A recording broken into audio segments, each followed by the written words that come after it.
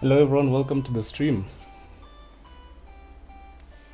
And when I say everyone, I mean my one concurrent viewer. Hi Joel, how are you? So I guess I can wait for a couple of people to arrive before I start talking.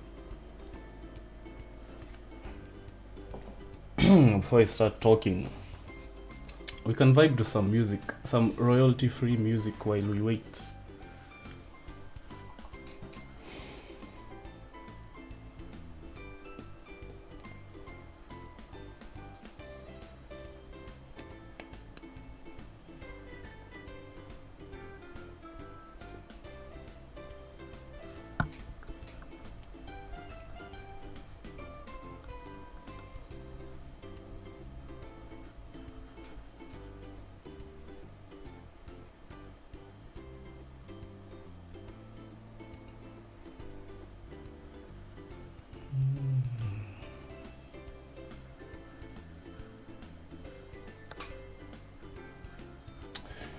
By the tell me how the audio levels are. Is the music too loud? Is my mic too loud? I somehow always seem to mess up my audio. But hopefully not today.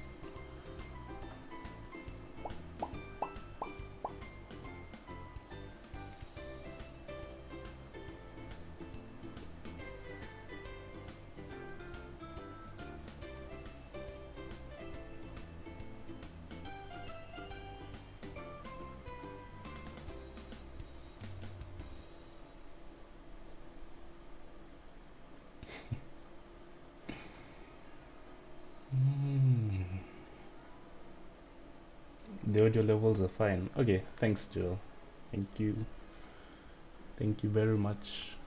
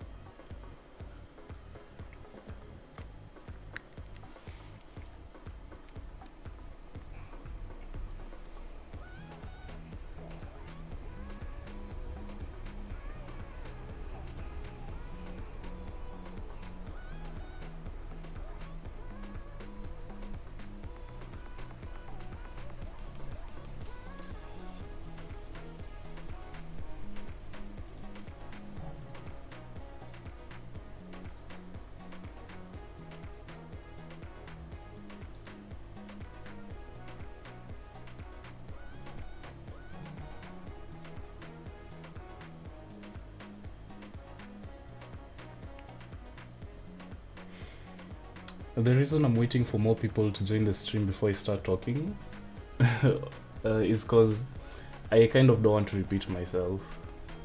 Yeah.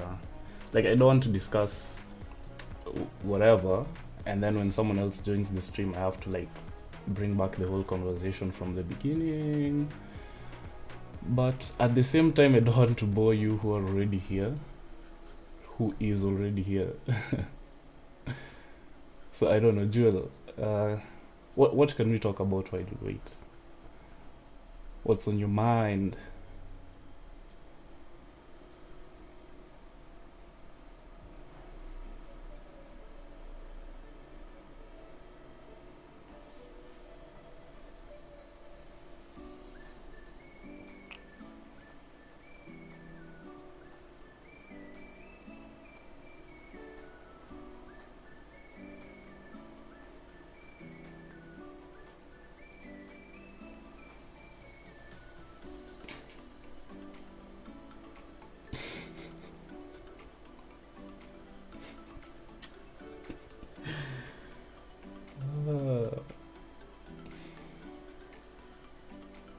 Welcome to the stream. Karibuni sana.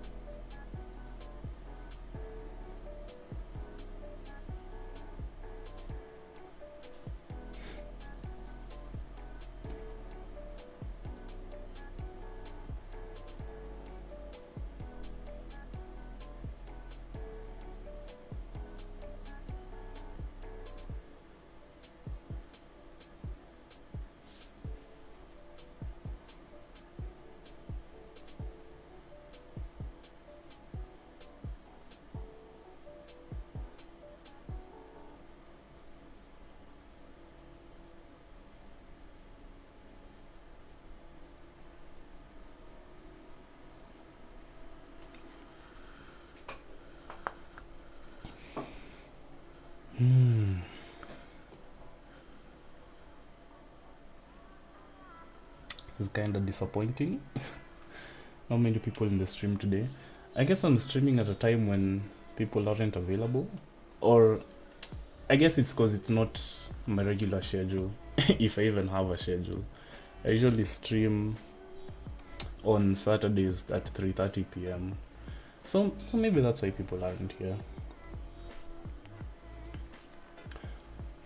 Because I was expecting there to be, a couple of people here and there.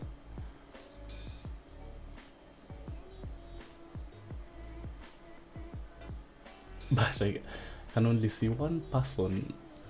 One person.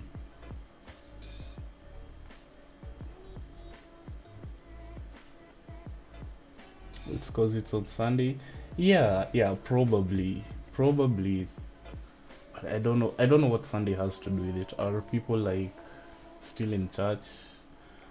Or. Because I was thinking like Sunday at this time people would be free. Not really doing anything. Like, what was Sunday afternoons meant for? Football? Naps?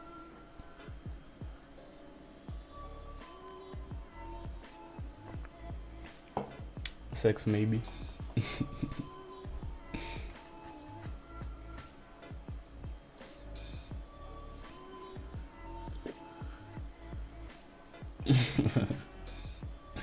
Taking naps, yeah, for sure.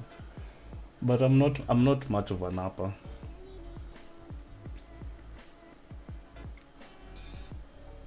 I can never quite bring myself to sleep during the. Let me see if I'm in frame. Yeah, that's better. I can never bring myself to sleep during the day, because I feel like if I do, I'll exhaust the sleep quota I need for the night, and then now it comes to night time, it's going to be difficult for me to fall asleep. And then also I'm never really sleepy during the day unless I've been having poor sleep patterns over like 2-3 days where I've been waking up early, going to sleep late.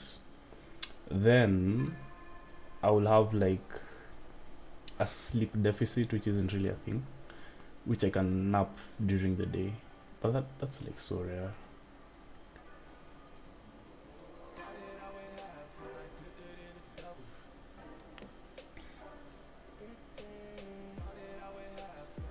Instead of me scrolling this Twitter on my own, let me put it up for you guys and then we can see what's on my timeline. Hi, okay, it's up. Let's go through my Twitter together while we wait, I guess. Strange if you ask me.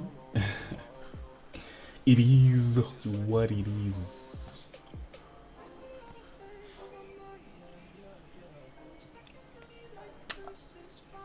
I'm not a football fan at all, so whenever I see stuff like this, my brain just ignores it.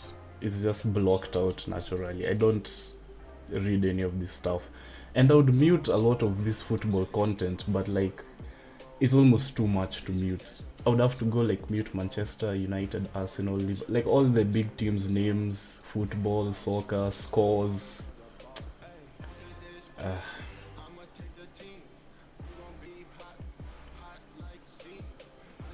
And then whenever I see someone like promoting their business, I usually retweet.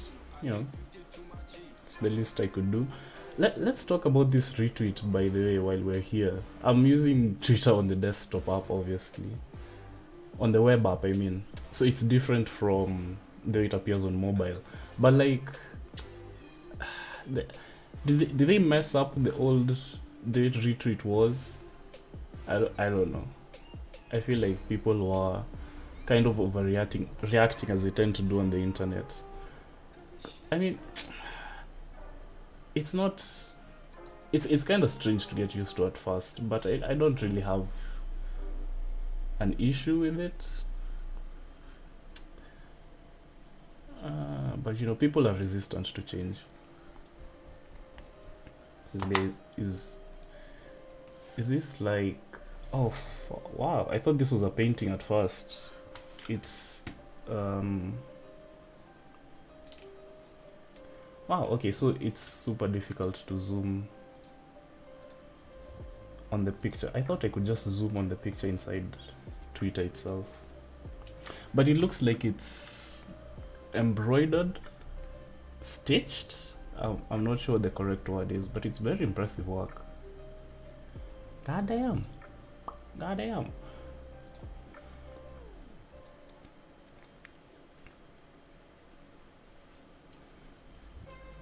Oh yeah, and then there's this.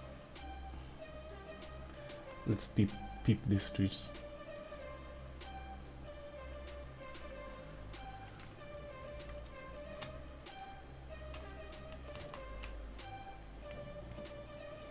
The US is in a really strange place right now.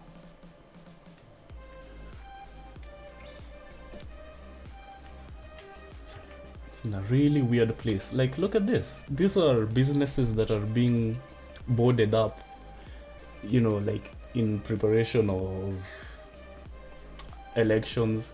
I actually don't know when the elections are. I don't understand how the US election cycle works. And I tried to watch a video today by Vox explaining how the electoral college works, but I still didn't understand it. But yeah, like I don't get the elections because they have, you can vote before the main voting day itself. That was weird. Because like people have already voted before the main election day itself. And then now because of COVID and everything, you can vote through the mail. And it's like, wow, there's like so much to digest if we talk about the US elections. But yeah, like businesses are being boarded up because there's a lot of civil tension in America from where I'm sitting, from my perspective, and it's like there might be some sort of, I don't know, violence. Civil war is a big word. Unrest, civil unrest, I feel like is better. And this is the kind of stuff like you'd expect to see in Africa, you know, where elections are like a really touchy issue, and one candidate might refuse to accept the results, and then everyone will just be like, no way, and then it turns into fighting. And in the US, they have guns amongst cities. It's a lot. Welcome everyone. Finally, have some people here. Been sitting here talking to myself for the longest time. Again, welcome. Thank you everyone who's just tuned in. It's a chill Sunday. We're just chatting. We're just talking about anything and everything. Thank you for tuning in. It means a lot. I appreciate it. Abdul, what's good, brother? Hey, what's up? What's up, Abdul? How are you? I'm not doing too bad actually. Just I'm waiting. I want this to be like a conversation. I don't want this to be like I'm just talking on my own. So I'm waiting for some activity in the chat, and then like we can, like, what do you guys want to talk about? What can we discuss? Like obviously I have stuff that I've written down. It's in this document that I would like to get to, but for now, while we wait, you know, I guess we can wait for like a couple more people before we start delving deep.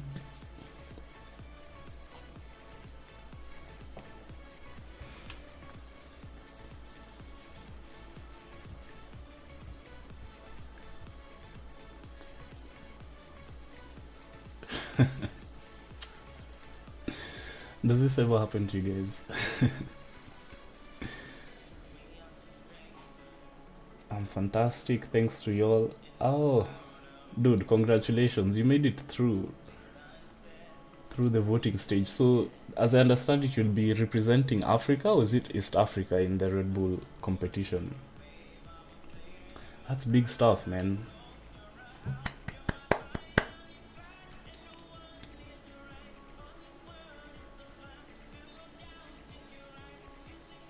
My cousin's asking me if you play Elder Scrolls Online. No, I don't play Elder Scrolls Online.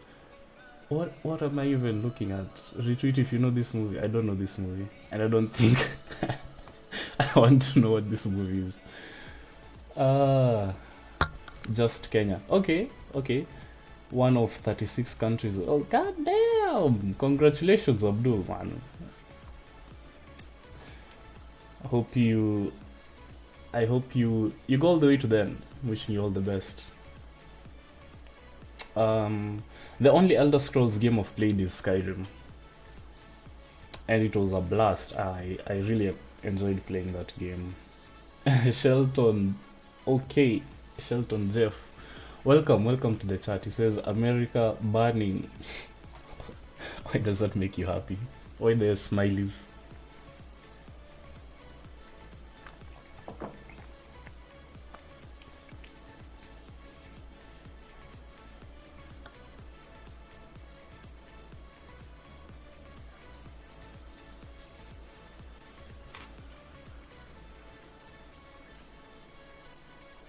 Skyrim kinda trash, to be honest.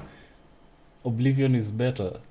Okay, I was gonna say that that's blasphemy, but I've because I really loved Skyrim. You know, it's a fun classic. It's a fun favorite. It's a really good game.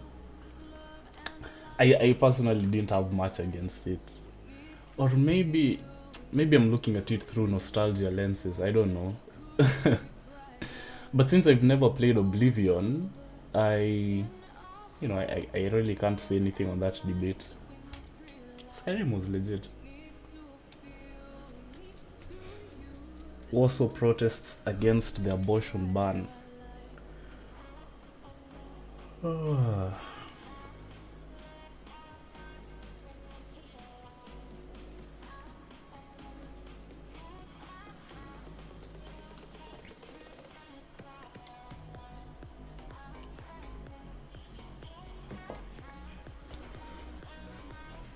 Oh, this is a powerful image. Damn, like look at all these people out in the streets, and they're all united because they believe in one idea or one set of ideas.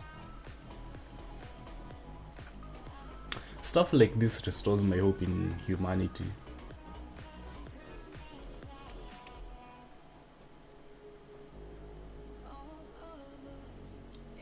It really does. I was going to click on this link to get better information on these protests in Poland, but I am biased against The Guardian and I don't know why. The Guardian, The Independent, I don't consider them credible news sources. But if Joel is still here, maybe she can inform me, because I know she is very passionate about stuff like this. Women's reproductive health and stuff like that. And the way I understand it, and this is another thing. This is another thing that, okay, I guess I can talk about it now, but I was gonna mention it like later. The thing with social media is, at least in my experience, is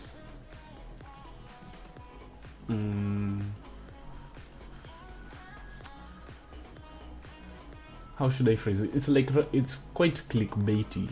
So headlines that are really catchy are like just a retweet away, and then they can go viral, and then everyone is just thinking that X thing happened because the headline said it did. And I want to bet a good number of people don't read like the full article to get what really happened. And I'm one of those people. I won't deny. Like I follow CNN, I follow BBC on Twitter, but like I don't quite read their articles. I don't know. Maybe because I don't find them interesting enough. Or maybe I lie to myself and say, I'm gonna put this in the bookmarks and I'm gonna read it later because I don't have time right now. Which I know is a lie, because my bookmarks are so full. They are so full. I've never... Okay, I actually make an active effort to go through my bookmarks and, clear the stuff there and read it. But yeah, like... I feel like my attention span has grown so short, and it's mostly because of Twitter. 280 characters. In fact, in the beginning, it used to be 140. If you're an OG, you remember. Only 140 characters to express a thought, an idea, and then that's it. But these days, it's 280 characters. And so, I feel like I've primed my brain because I've been on Twitter so much during this lockdown thing, where it's like, I struggle to watch a video that's like 5 minutes long. If a video isn't like a minute long and it gets to the point of the video, I feel like I can't watch, because I want to go back to the timeline and scroll and see other tweets and, you know, just go like bite-sized chunks of information, just ingesting one after another after another after another. Like, I feel like that's how my attention span has become. Just take this bite of information, this one, this one, this one, this one. And I don't know if it's affecting me in paying attention in my online classes. It probably is. But anyway, back to this photo. I saw that there were protests going on in Poland because, in my understanding, which is very limited because I don't read the articles, there's a law that's to be passed that is to ban abortions countrywide, like full-on ban. In the whole of Poland, you cannot get an abortion legally. And I guess this is a good time to say that this stream will be political.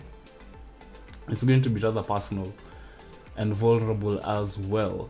So if you find yourself disagreeing with any of my viewpoints, with any of my political leanings, with any of my stances on social justice issues, it's fine. We don't have to agree on everything. Imagine how boring the world would be if we all agreed on exactly every single thing. It's a world I wouldn't like to live in.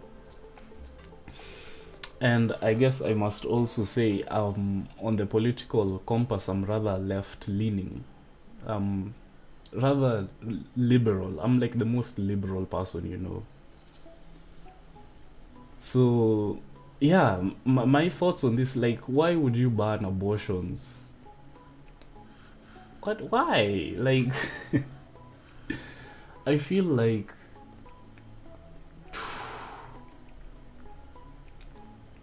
everyone should be able to express autonomy over their own body. Period. I don't feel like the government has any business mandating what I do with my body or what a woman does with her body. And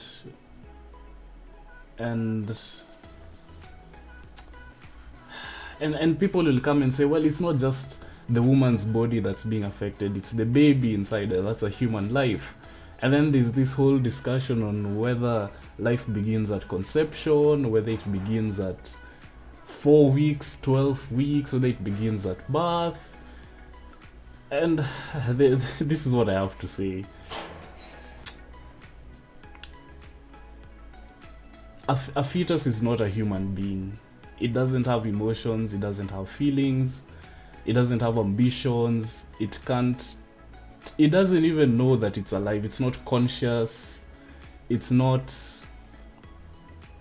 for all intents and purposes, it's not a fully formed human being.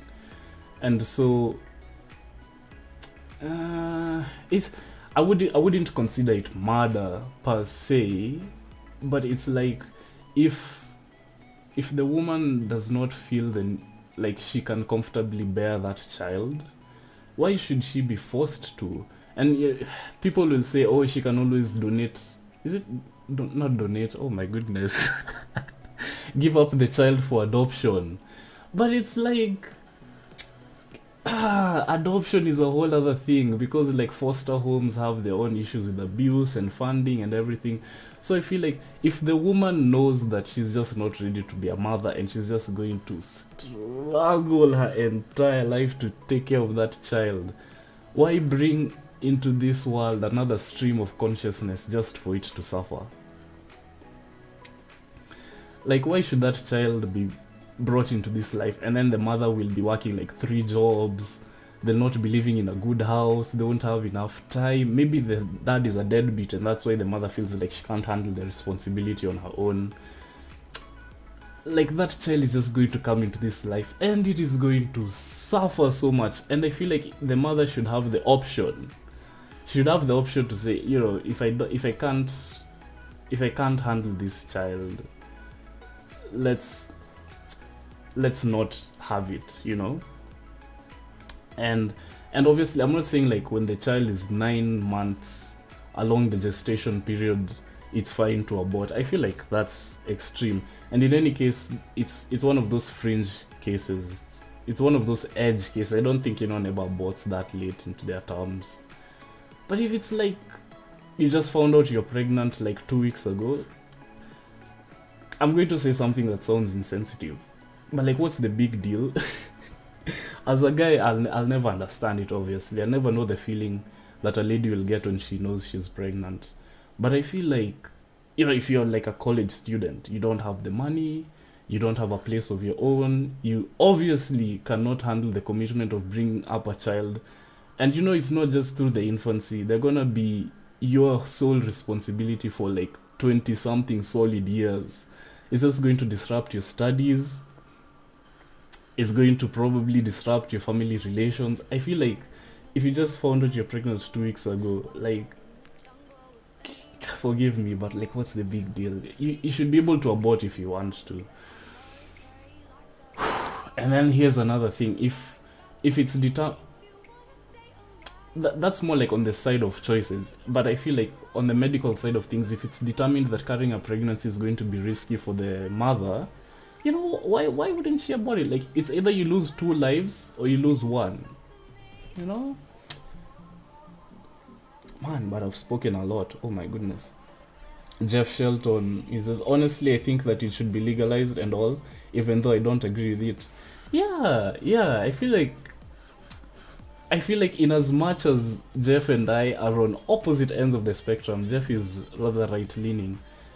It's great that we can come to such an understanding. He says I'm too left. No, I wouldn't say I'm too left. Because there's also like the alt left, there's the extreme left side of the spectrum, where it's like toxic femininity, toxic feminism, where, you know, man is evil, and by man in this case I mean the male human being is evil. He should be destroyed. He deserves no rights, women autonomy over anything else. Where it's like, it's not so much about feminism in the sense of men and women being put on the same plane. It's more of a destroying the man, it's replacing patriarchy with matriarchy. That's like the alt extreme left side of feminism, which I'm not there. I'm not too left. Women protesting for their reproductive health rights. Yeah. Totally agree. Okay, Abdul. So you agree with what I think on abortion? I don't know why it's such a controversial thing. Like, I wish I would find someone who is against abortion to articulate their views and tell me why they think it shouldn't be legalized. In my experience, the kind of people who are against abortion are conservatives or like overly religious people who I have issue with, because they're like, oh, you're interfering with God's work, or you're a murderer, or stuff like that. And the thing that irks me, these people who are pro-life, they kind of really aren't pro-life. They just care that they're anti-abortion, they're not pro-life. Because, like I said, once that child is born, it's going to be such a responsibility. It's going to be so much work. And when you suggest systems that are going to make it easier for that child to succeed in life, these people who are pro-life are against them. You'll find they're against social welfare programs. They don't donate to help charity. They don't donate. Wow, I'm generalizing here, but my thinking of them is that they don't tend to support what are they called, like adoption centers and stuff like that. Like in the US, the people who are like pro-life, they have no issue with children being locked up at the border by ICE agents, and it's like mass mass concentration camps of children separating, families from their children. They don't have an issue with that because they tend to be Republicans, and Republicans, mostly because of Trump, they don't want foreigners. So this Republican says they're pro-life, but they don't care about the lives of those children in those cages at the border. It's so messed up. So like I would like to find someone who has like an educated and well thought out stance on why they're against abortion, so that I can have an updated conversation on that. But yeah, super powerful photo there. Jeff is secretly left wing. He's a closet socialist. Jeff just got called out. Just got called out.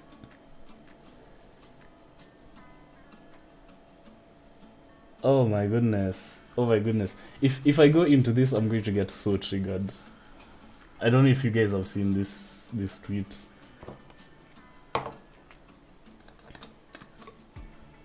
But yeah, man, like share this stream. I'm pouring water. Let me see if it's visible what I'm doing. Oh, it's not quite. But I'm pouring water into my cup. Always have to stay hydrated. You know what I'm saying? But yeah, like share this stream with people who you think would enjoy this conversation, or people who have something to contribute to this conversation.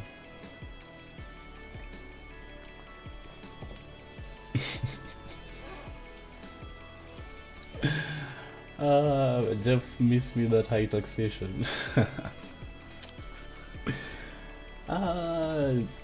Jeff, your only problem with the socialism is the high taxation, or what?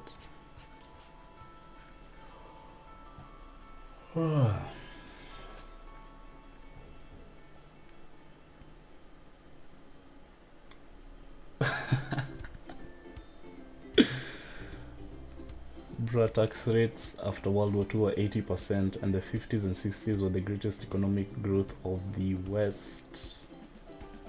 Someone fact check that guy.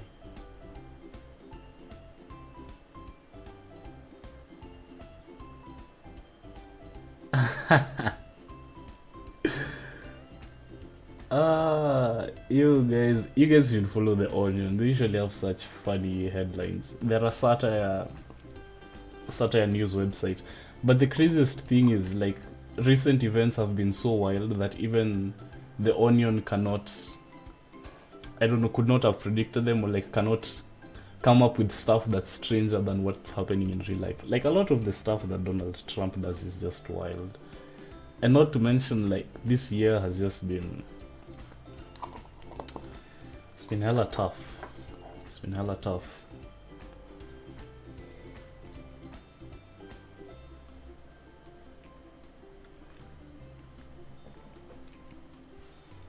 Like, can you guys imagine the Australian wildfires were this year? It's November. Wow, it's the 11th month. It's November. That is wild. But at the same time, it's my birthday. I must spend my money. I would play that song if it weren't like copyright protected.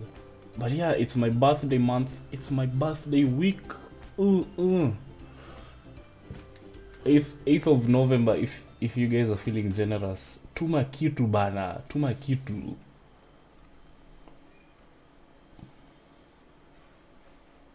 Oh my goodness. Marginal individual tax rates stayed near or above 90%. My gosh. No, not November. I've already failed. It's day one and I've already failed. Forgive me. But yeah, like, No Shave November, for the longest time I thought it was just like I thought it was just a meme, but actually, it's a solidarity thing to support the cause, to support awareness for prostate cancer, which is a serious illness. It tends to affect men over the age of 40. And like cancers are like, there's no like one singular cause. There are risk factors like if there's history of cancer in your family, you'll probably get it. Your lifestyle, like smoking, if you're exposed to carcinogenic substances, stuff like that. It all contributes to prostate awareness. And if you're under 40, you generally don't have a lot to be afraid of, but that doesn't mean you shouldn't live a healthy lifestyle. Work out, drink water, eat healthy, don't smoke cigarettes. Cigarettes are just not good for you. Yeah, stuff like that. And apparently apparently frequent ejaculation is a good way to prevent like swelling of the prostate and to stave off prostate cancer. I could look that up right now, because I'm pretty sure I read an article that says if you jack off like 21 times every month or something like that, you're in the all clear. How do I even search this without bringing up porn?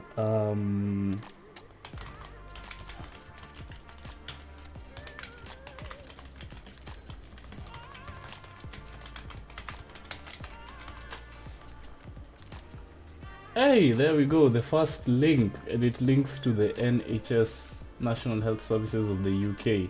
I was right! There we go, they found that men who ejaculated 21 times more or more a month were less likely to report prostate cancer at follow-up than those ejaculating 47 times per month. However, it does not prove that ejaculating more frequently prevents cancer, only that it is associated with a risk.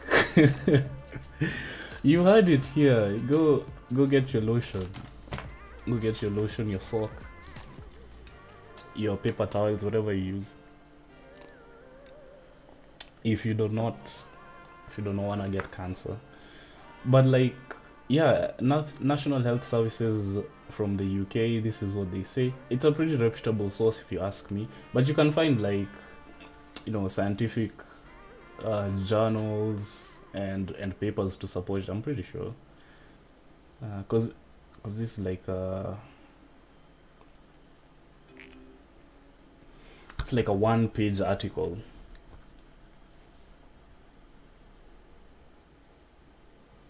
Oh, okay, yeah. So it was like actually peer reviewed and published to, yeah, and okay, cool. So there's a good source on it. Let's see what kind of what this research was. My gosh, it followed up male health professionals from 1992 for 18 years. Imagine doing a study for 18 years. Imagine doing anything for 18 years.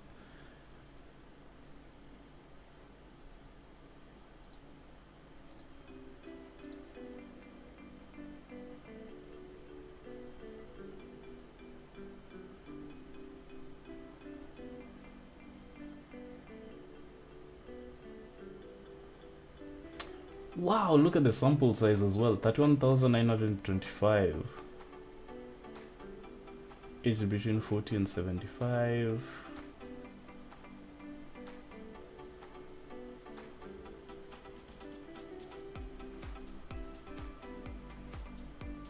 Yeah, okay. So yeah, I don't want to read the whole article now, but it's like all very detailed and stuff, and you can find it.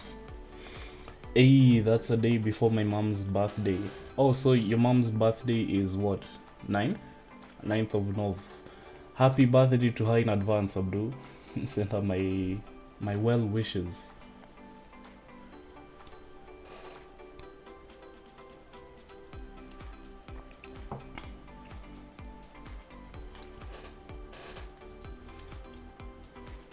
Okay, consequence of drinking a lot of water is you have to go to the loo a lot as well. So let me reset my countdown timer. And then I don't know why is my timer not working. What the hell? Why is my timer not working? Or I don't know, maybe it doesn't work in this preview I'm looking at. Reset timer, okay. I'll be on a 3-minute break and then I'll be right back. Don't go anywhere.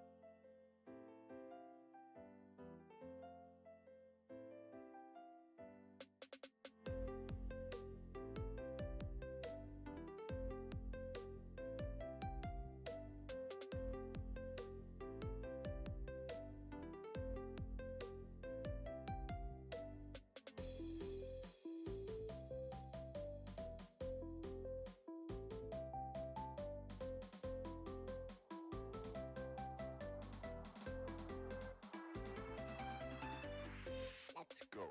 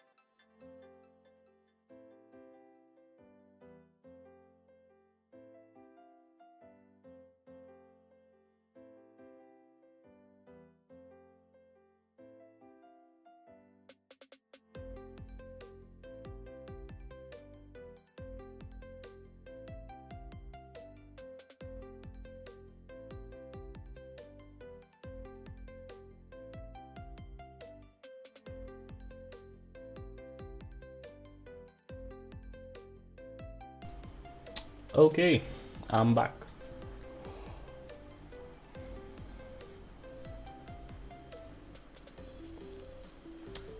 So yeah, what do you guys think? What are your opinions so far?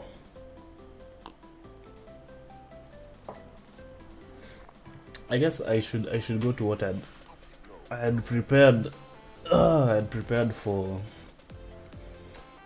the live stream. So I already went through this.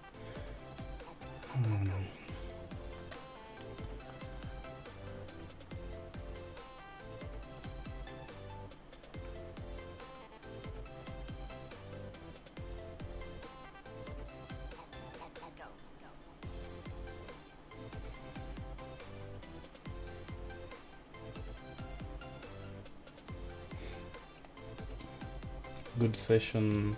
Thank you, Abdul. Have to leave soon. No worries, no problem. Thanks for stopping by. Appreciate your time. Appreciate your input.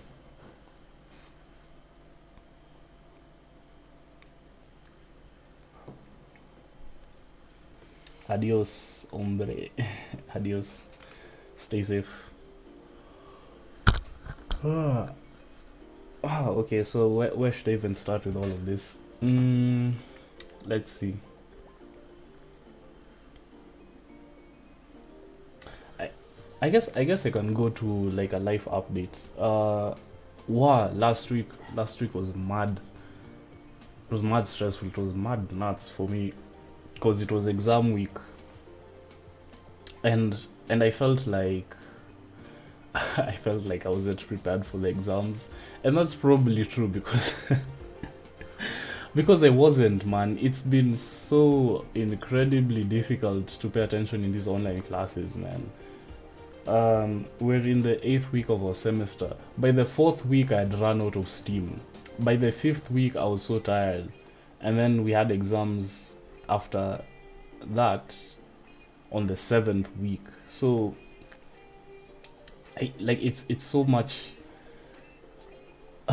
It's so much work to pay attention in online classes because like I was saying, my attention span has become short. But also, man, like 5 classes and I'm waking up early every single day, Monday to Friday for all of them. It's really tasking on me. And I felt like, not paying attention and not like putting as much effort as I normally would into reading, left me in a situation where I was like not really that well prepared for the exams. But they came and they went. Oh my gosh, I don't think I've ever been that stressed for exams ever. And again, it's because like I'm not usually that worked up normally, but this year's been anything but normal. Normally I would have read, like I would have spent like 1 week before the exams reading, making sure I've caught up with all the notes. Like I'm prepared. If something comes, it's not like I didn't have any content. Maybe it's like I didn't know how to apply it. But last week with those exams, it's like I was starting to read from scratch. The whole 6 weeks we had covered, it felt like I was starting from scratch, reading all that content to prepare for those exams. And some of it paid off. Some of the exams, they went well. In fact, my paper on Thursday, last Thursday, the assembly paper, I felt like that was the toughest one. Before going into it, I felt like hiyo ndio itanikali ile mbaya sana. But then it turned out fine. Like I just got the results today. I got 42.5 out of 50, which is mind blowing. I thought like I would really fail that paper because like I didn't know how to program in assembly before I started reading for that paper. Crazy, man. But yeah, if I feel like if that paper went well, then all the others I should expect good results, man. Except this other telecommunications course that I'm doing, which is like absolutely killing me, man. But other than school, I'm part of a team that plays a game called Rainbow Six Siege competitively. And the team just formed recently, it's new. It's not been around even for like a month. And the captain, or I should say former captain on that team, was really like pressuring me.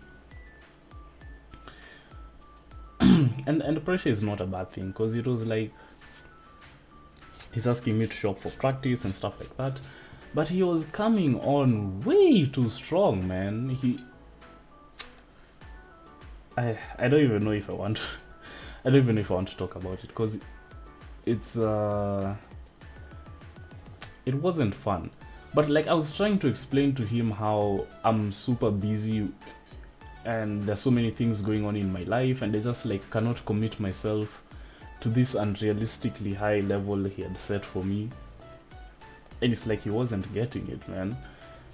On my busiest days, for example, I have like classes from 9 a.m. to 10:40 and then a break.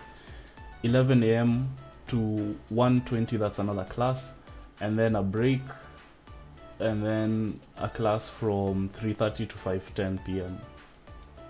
And then after that I go to work out, I shower, and then I go to prepare supper. And then after that, sometimes I have a meeting with a gaming organization from South Africa called Vanguard Esports League. And then after that, that guy was still expecting me to show up 100% focus, commitment, dedication out the roof, and grind and train for like 3 hours straight. And I was just telling you, man, there ain't enough time. And then on top of that, I have to read for exams.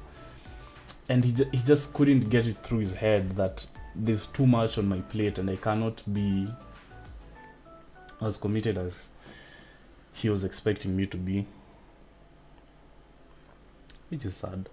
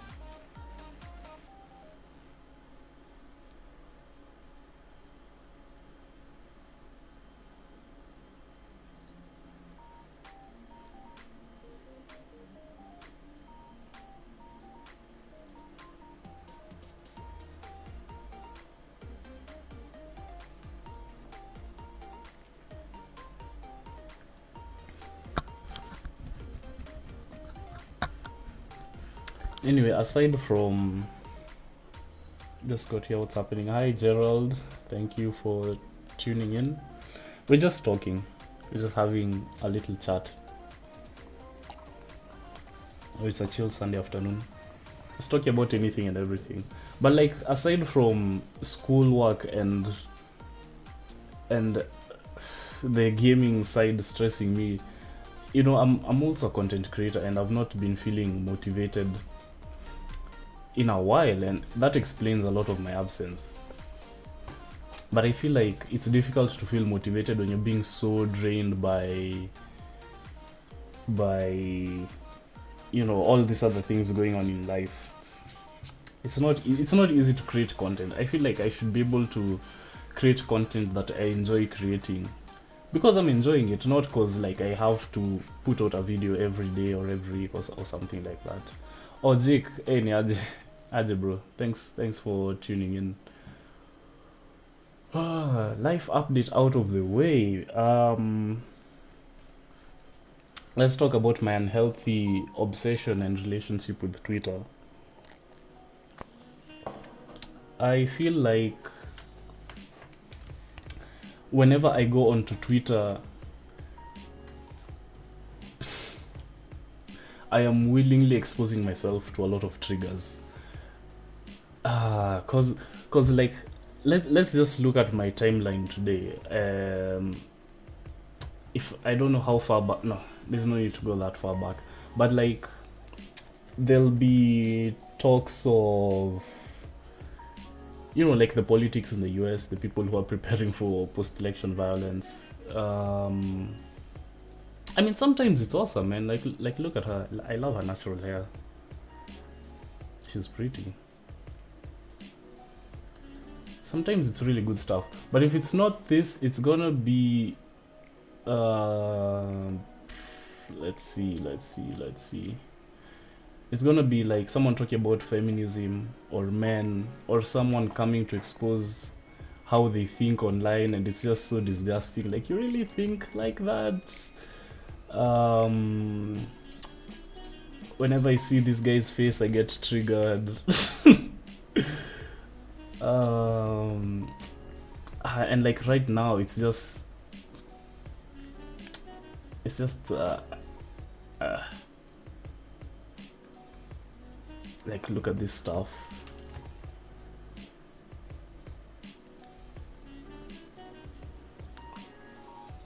And man, I hate following people who, like, I don't know if he's an influencer or something, but like my whole timeline is just filled with this kind of content. And I feel like if I had followed him, it would be better. Because I'm just seeing like the same stuff over and over again. Look at all the stuff he's retweeting. Sometimes Twitter is nice like this. Eye candy. Who doesn't like eye candy? Ugh. It's so much. If it's not this, it's football. Let me just go home. Let me go to the top of my timeline and then I see.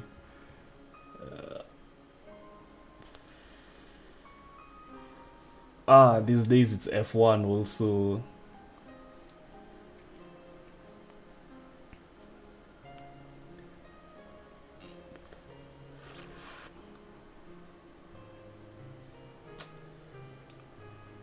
Like this guy just, I don't like him, man.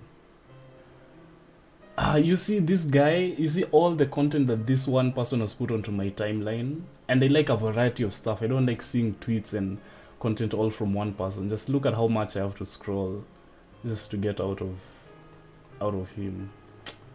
Eesh.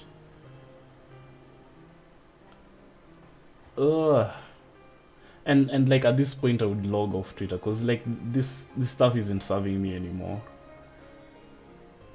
Or stuff like this, someone is like doing a fundraiser to help someone raise money, and it's like a lot of there tends to be a lot of negative energy on Twitter, which I don't find anywhere else, and I don't know why. And no matter how much of it I endure, I'll still be going back to that app. Hey Naomi, hi, welcome to the stream, thanks for joining. With Twitter all I do is watch, I never comment. The triggers are everywhere. So true. I also do the same thing.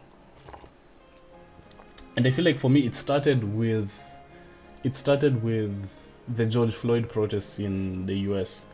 Because like on Twitter, like you can find the actual video of someone being killed. And you can find videos of policemen like beating the crap out of protesters, policemen shooting people down. Like you can actually find it there, and like it's not censored or anything. So when that started popping off, and then the anonymous accounts started popping off, I was following all of them, and I don't know why, but I was like keeping myself up to date, just constantly traumatizing myself with images of police brutality. I don't know, part of me was thinking that I'm keeping myself in the loop, but then oh my goodness, it's just like too much, and it put me in a really bad mood for a good while. Like let me show you this account that I follow, and these days Twitter like labels accounts Russia state affiliated media, and then like if you're a person in the US government, you have a label that says US government account, which is like, I guess, good for accountability. But like you see this kind of stuff, I don't know why I still follow them, and like this is the only kind of thing they post. Redfish are, I guess they're left leaning because they're always talking about like people protesting against the tyrannical government that's beating them down. So I guess that's why I follow them, because I'm like, yeah, power to the people, power to the masses. But like seeing stuff like this on the daily, it surely can't be good for you. Just look, just live images from, and they post like people protesting everywhere. This is from Argentina, this is from Ecuador, this is from Peru, Pakistan, Chile, Poland. They just like, I guess they're like a voice for the people who are on the streets demanding better rights, better protections from their government. But like, I don't know, man. Exposing yourself to stuff like this it's never nice. And if it's not that, it's like, look at this. All 5 nominees for ambassadorial roles are over 60 years old, which means they have a cumulative age of more than 300 years. And when I see stuff like that, like immediately I just get triggered. Like my mind is already like, man, fuck the government. Why they always appointing old people? Why can't young people get jobs? And then I just go into like a whole loop of thinking, and it's just like I love-hate relationship with this app. The solution is to have very few local content and more on the international scene. Yeah, Jake, but like, I wonder how my international scene on Twitter looks like. It's mad. I don't know about you guys. Are you guys on Twitter as much as I am? I feel like among my peers, I'm the only one who spends as much time on Twitter as I do. Maybe this is a unique problem to me. But like people like Tasty, you know, they have like good stuff and it's like wholesome. Uh,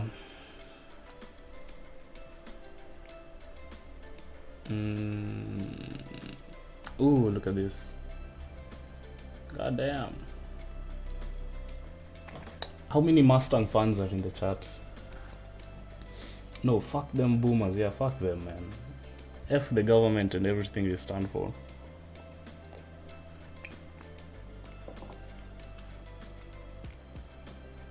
Government is messed up. 100%.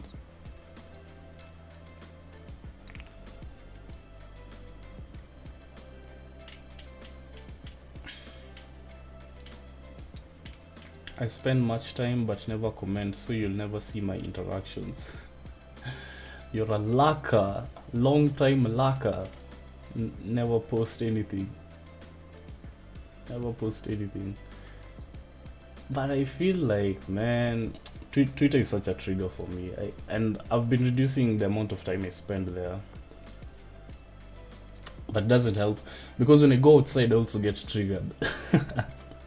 And I feel like a lot of it has to do with how my dad thinks and how he's brought us up. Because when I go outside and I see litter, boom, there's a whole train of thought. There's a whole, like, I don't even know what to call it. There's a whole mental space that I go to when I see litter, and it hurts me because I'm thinking like, man, why would you litter? Like, what's wrong with that person? And then I think, you know, maybe if we had like better civic education, they would know how bad it is to litter for them and for the environment and for everyone else. And I'm like, the government should provide like rubbish bins, litter bins, whatever you want to call them, and then it's everyone's responsibility as much as it is the government's. And then it's like, I also think like, no matter how much individual responsibility I exercise not to litter, it doesn't matter what I do. Like, even if I sort my trash where I'm throwing it, and then the people collecting it just put it all in one heap, my efforts have gone to waste. And it doesn't matter what I do. The large corporations and the government are the ones who have the most power to make action, to perform actions that will have the most impact in reducing climate change and pollution. And it's like they don't do it. And they always blame the people. They blame us as if we have the power to emit 40 billion tons of carbon dioxide per year. It's manufacturing plants doing that. It's the factories, not us. Like, I just get all of that from just one piece of litter. Like, my mind has gone, it's gone all the way. I see like a pothole in the road, I start thinking, man, what's wrong with the MCA? Why doesn't he fix this? Corruption in Kenya, what's wrong with the government? Will we ever fix it? What's wrong with us? Why don't we protest? Why don't we ask for better rights? And it's like, everything just comes out. I see a culvert that's not been done properly.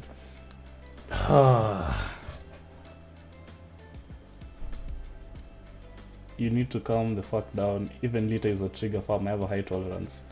I feel like that goes back to what I was saying here in apathy.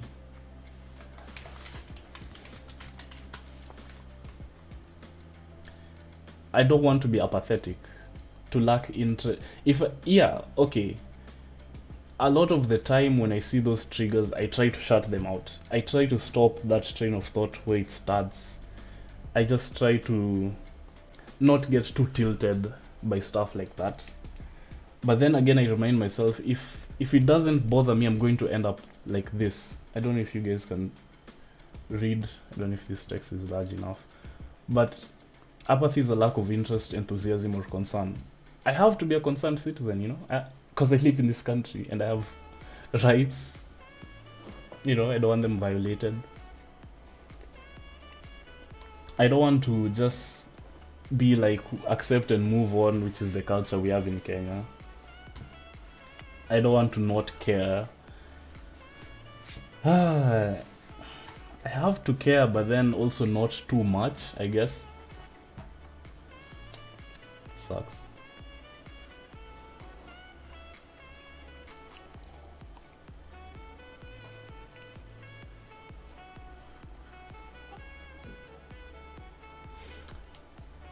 Having a high tolerance, like, that's the thing.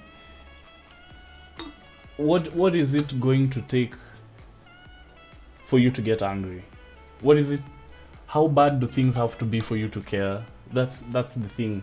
It's a question I ask myself a lot also.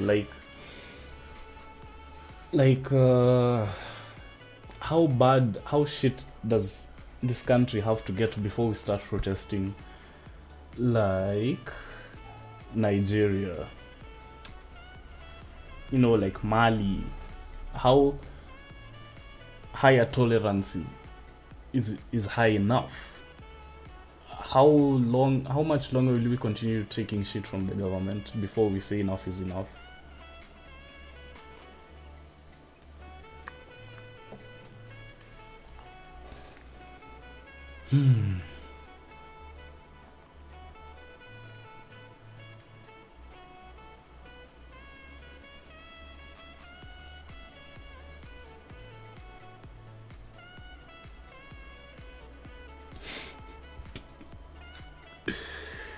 Uh,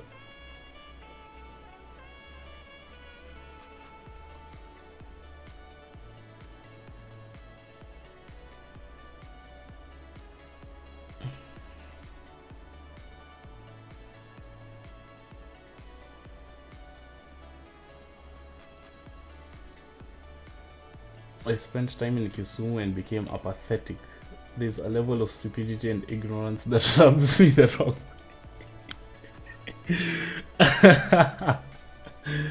Rubs me the wrong way. Oh, fam. Oh, fam. Yeah, man. Like, civic education is major key, and I feel like we need to invest more into it because the populace needs to be educated. They need to know exactly how powerful they are and what their vote counts for. Because right now I feel like, I don't know if it's unique to me, but a lot of youth are apathetic towards voting and towards the government. Because like I feel like I already know the results are gonna be rigged. They're gonna steal the election and my vote doesn't count for much. So why should I bother to vote? You know, like BBI. I feel like they're just gonna rig. If we're gonna go to a referendum, I feel like they're gonna rig it so that the thing goes through, so that they can create posts for presidents, prime ministers, deputy prime ministers, they add more senators. I feel like they're gonna rig it because, you know, they have vested interest in creating those posts and retaining power and creating and retaining structures of power that just serve them and not us, the peoples, the masses. So like, why the hell should I even vote, man? Like,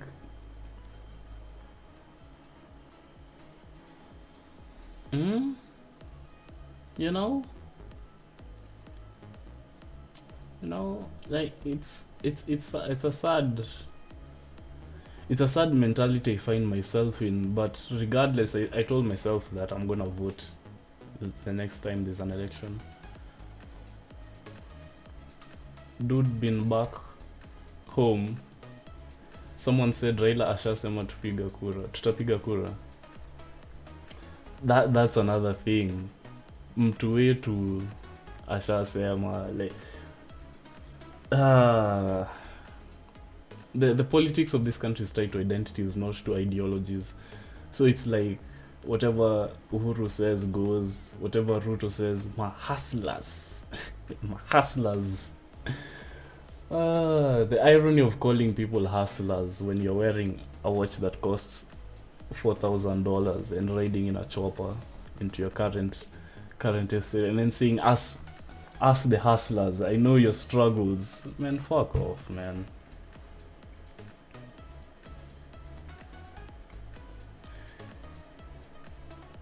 Have you ever attended a protest yourself? Sad to disappoint, but no, Joel, I haven't. And it goes back to what I'm saying about apathy. Like,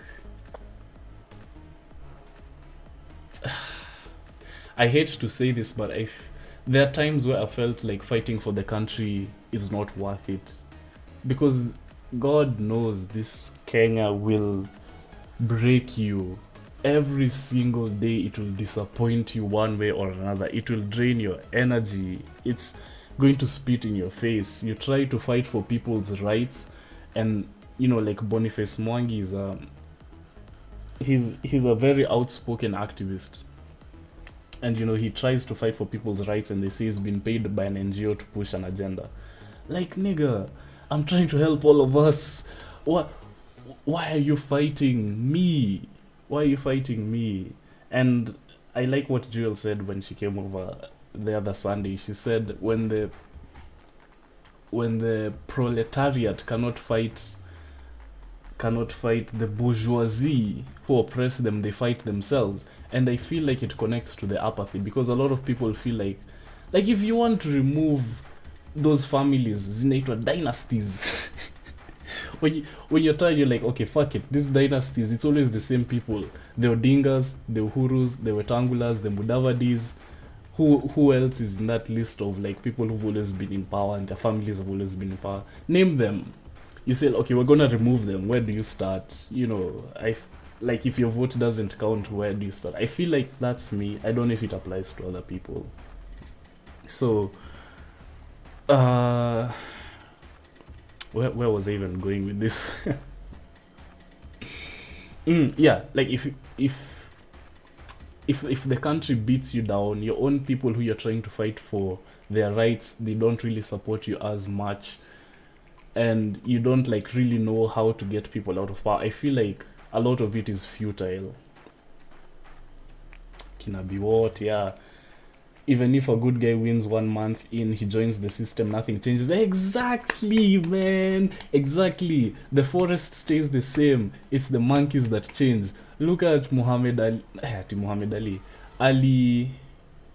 What is his name, man? I don't know if it's racist to say this, but a lot of Islamic people are called Ali, Muhammad Ali. But he was the guy who used to run Jichopevu. He became a sellout, man. He became part of the system. Look at Kiari, KJ, the guy who used to be on Ridiculous, and they used to make satire and they used to mock Moi's government, how it's so oppressive. Nini. Look at him now. He's doing the Jerusalem dance challenge with the other MPs. Like, he's not just a clown, he's the whole circus.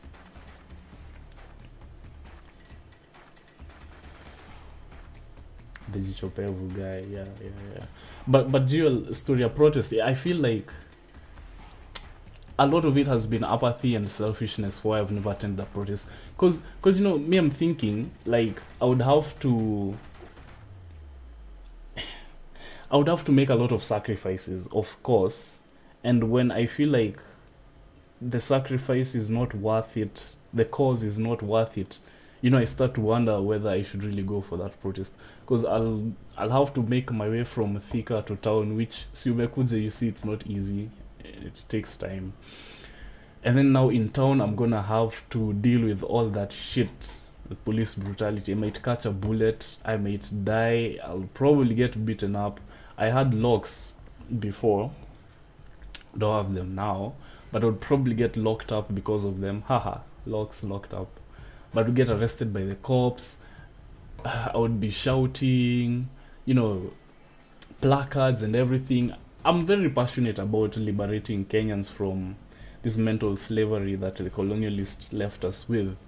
But it's like I'm gonna do all that, and then after the news is not even gonna cover it. And if they do, the news cycle after 2 weeks is going to be reset to the next big thing.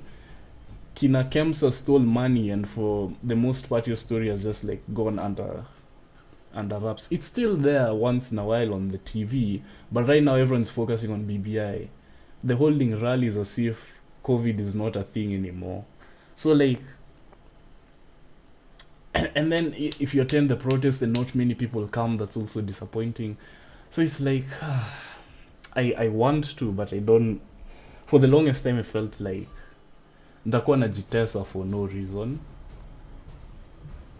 And obviously no reason is not a good way to put it. Nitakuwa najitesa, but at what cost?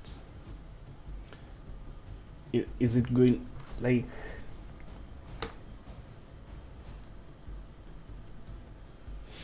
attending a protest, and is how far along, how far is it going to help in raising class consciousness, you know? And I feel like I say that from a very privileged position.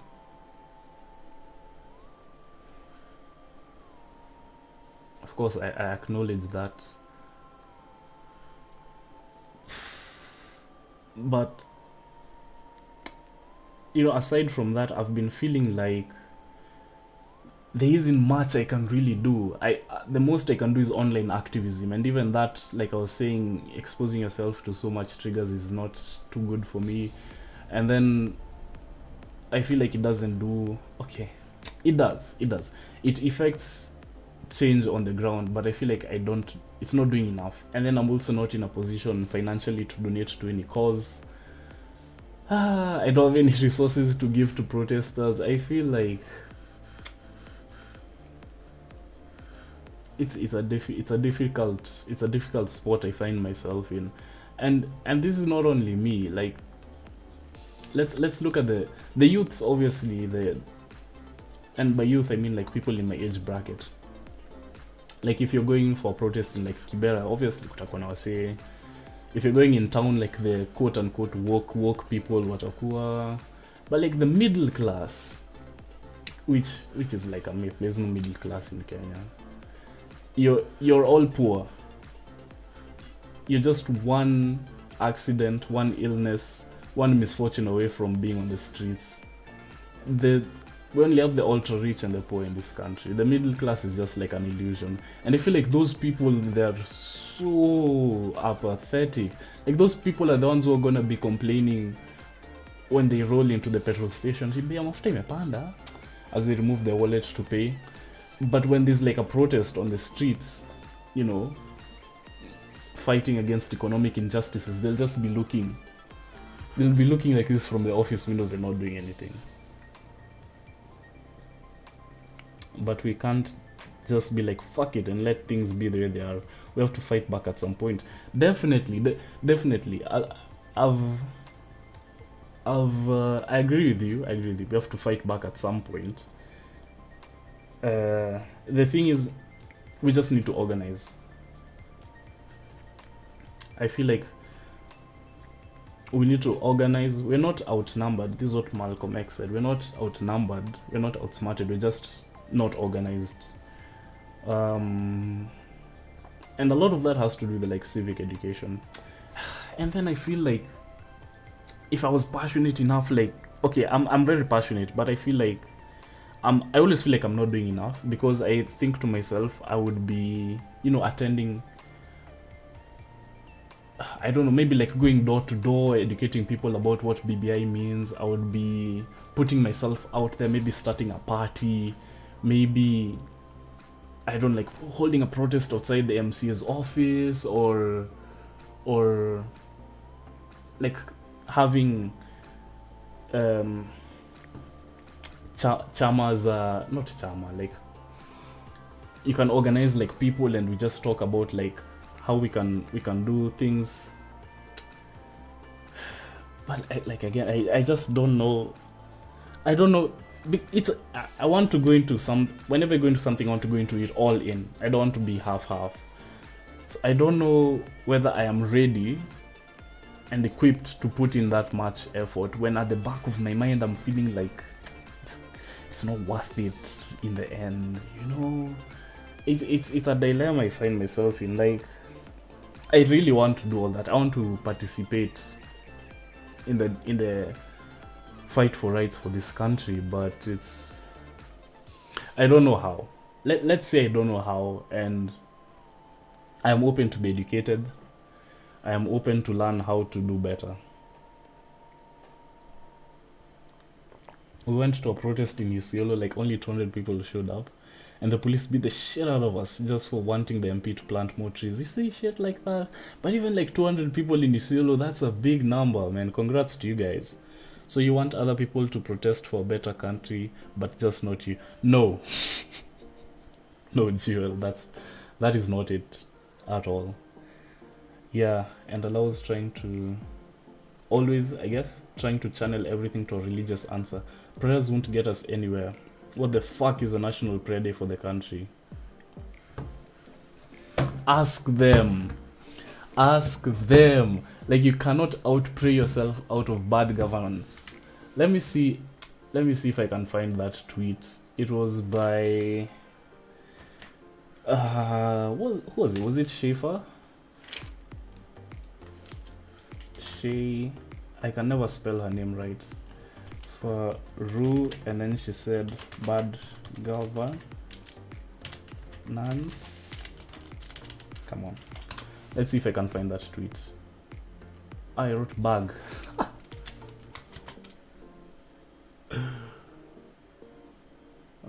This from 2018.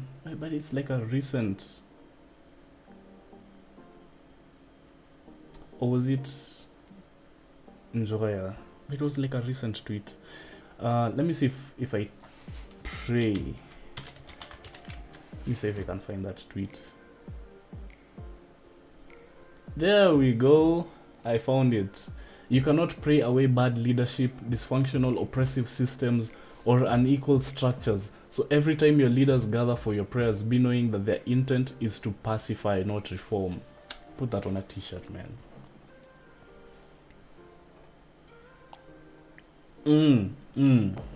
You cannot vote it away either. What I was saying. Yet every 5 years, Kenyan sheeple spend billions trying to. Sheeple, I guess, ni the kumira, the durakus. Never be deceived that the rich will permit you to vote away their wealth. Man, facts, man. They can't allow someone to stand for president who would come and shake up the status quo. That's why they deported Migun, I feel. Like, why are you organizing national prayers when there's, in a pandemic, you're organizing prayers where like people are gonna be. It's so like, it's so frustrating how the political elite rules this country. But then again, it's like, if we are opening schools and we are doing like public rallies like that, and I'm not hearing there's like a massive spike in the infections, is the virus really as widespread as it would be good to believe? I don't know, man. This COVID thing in Kenya, is it like the same virus there is in the US? Because in the US it's fucking people up, man. Like what, 200,000 plus people have died from COVID, and here in Kenya we got to 1,000 infections too juicy. And it's like, that's another thing. COVID apathy. Sinimi ndio nakushow hakuna virus. People are walking around without their masks. People don't care to wash their hands anymore. It's not like they were washing in the first place. People are just not afraid anymore, I guess, because wanaona nikaa, I guess tulichezwa, because we're like, some Tanzanian tweeted ati mlifungiwa ndio waive pesa vizuri, and it's like, ouch, that's true, because they were just scaring us so much with it's good to be scared. I'm not saying the virus doesn't exist, it's there, but it's maybe not as widespread in Kenya as it is in other countries. I think that's the way to put it. Because they were like scaring us with COVID so they can lock us up, so they can steal our money. People are like, fuck it, man. KEMSA, like no one cares. This country doesn't care for you. Ni wewe na Mungu wako. So, yeah, like people just don't care anymore. Washing hands, sanitizing, mask, nini. Hizo watu, nikatu, we should accept na kumove on. It's not there anymore. There's a second wave. Aga Khan was overwhelmed, and there's a chance for second lockdown around, I guess that's 10th. Really? There's a second wave? How can there be a second wave if there was never a first one?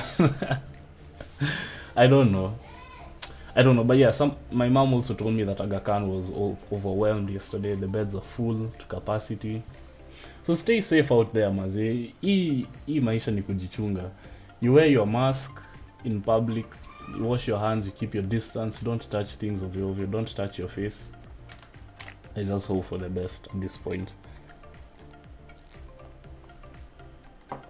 Because we don't have systems that work for us, unfortunately.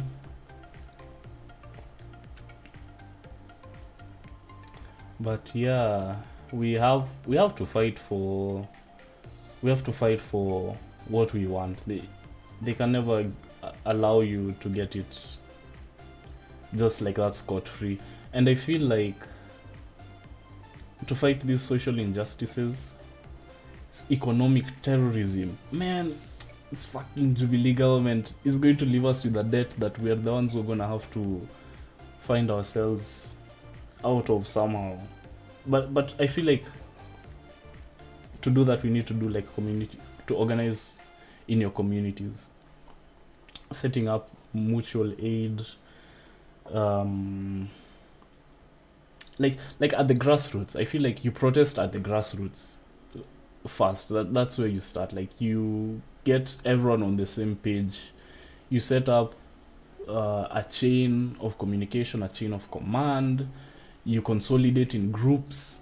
You all talk about these things, educate yourselves, educate others, raise your class consciousness. People think under capitalism that they are potential billionaires. You're about to get rich, but like that's. Let me find the Futurama meme, which will put it better. Your chances of making it from into that bourgeoisie class are just like they don't want to share their wealth. Do you think they'll allow you to get there? Futurama rich meme. Will I find it?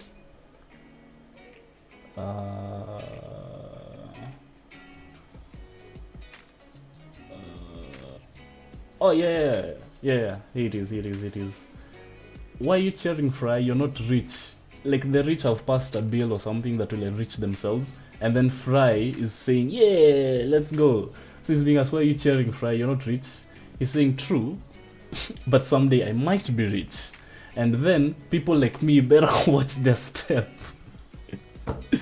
Like, you're not rich. The interests of the rich don't serve you. You don't stand a chance of making it out of the hoi polloi, the lumpen proletariat. So there's a tongue twister. So you might as well eat the rich. I don't know why we haven't yet. And I feel like we have to just, I don't know how you'd educate people, because they just always default to Mtuwetu mentality when it comes to voting. They don't like really think about these things as much as some of us do.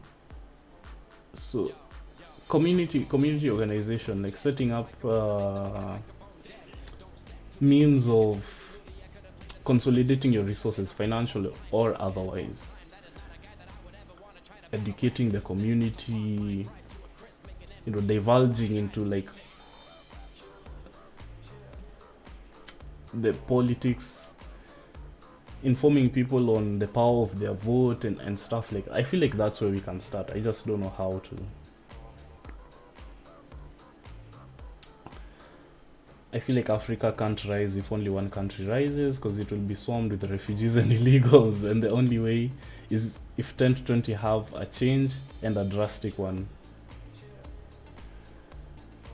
Pan-Africanism, let's talk about it.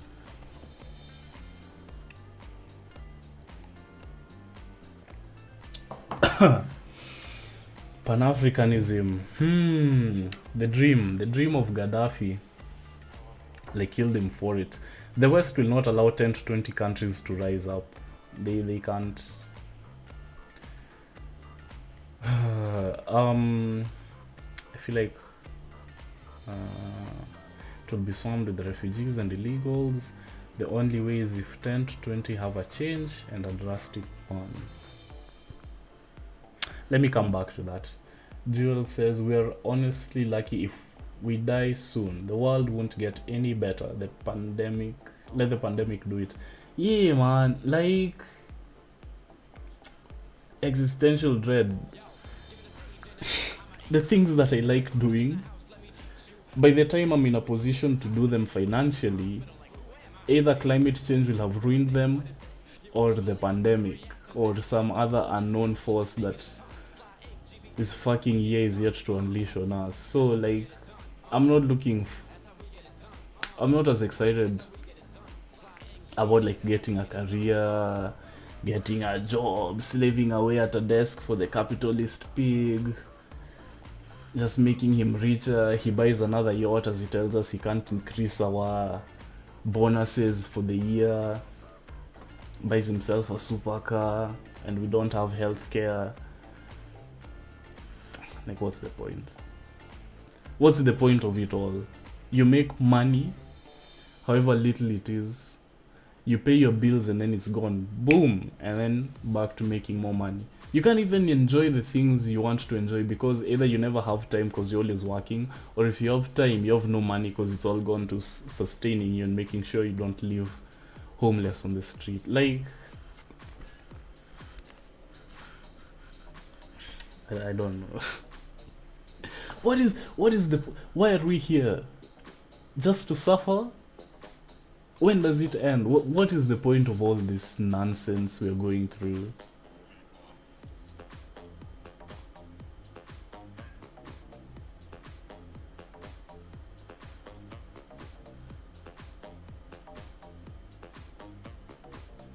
Like where is this life going?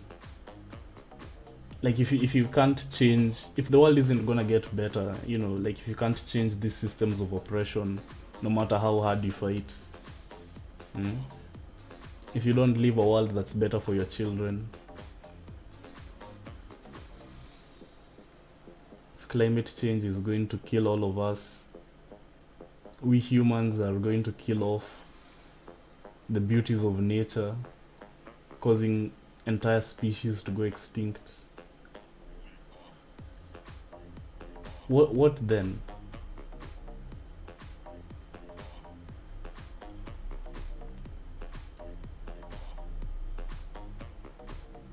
If America goes, don't you think African countries could have a chance to rise? I'm not hedging my bets on America collapsing entirely into like a wasteland of anarchy.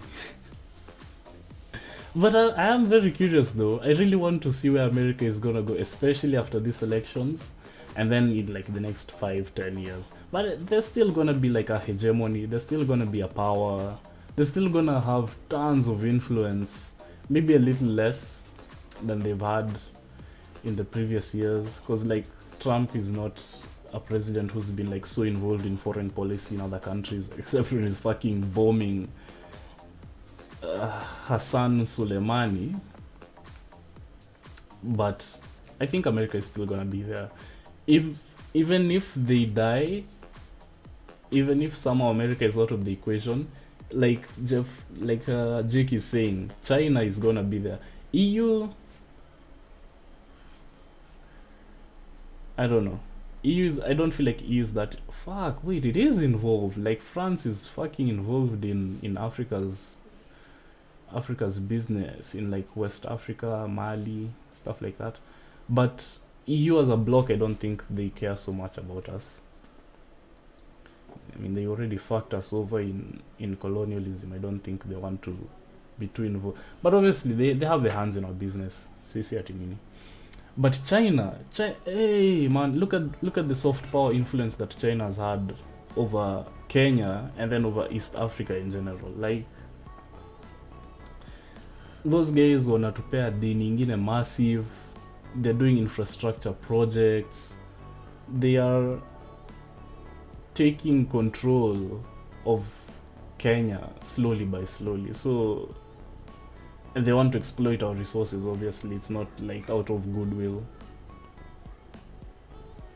So I don't think we're gonna be in the clear to be allowed to rise as Africa, like, anytime soon.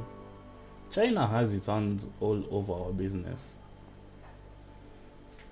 But yeah, like, if 10 to 20 countries have a radical, drastic change, I don't even have any idea what that would look like, but it would be amazing for the continent.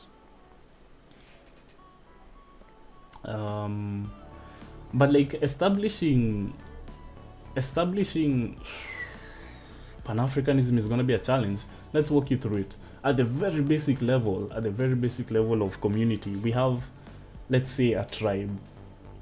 That tribe, say it has clans in it. Those clans, they are fighting amongst themselves. And guess what? Guess why? Like so many other reasons, it's because of resources. They command everything, man.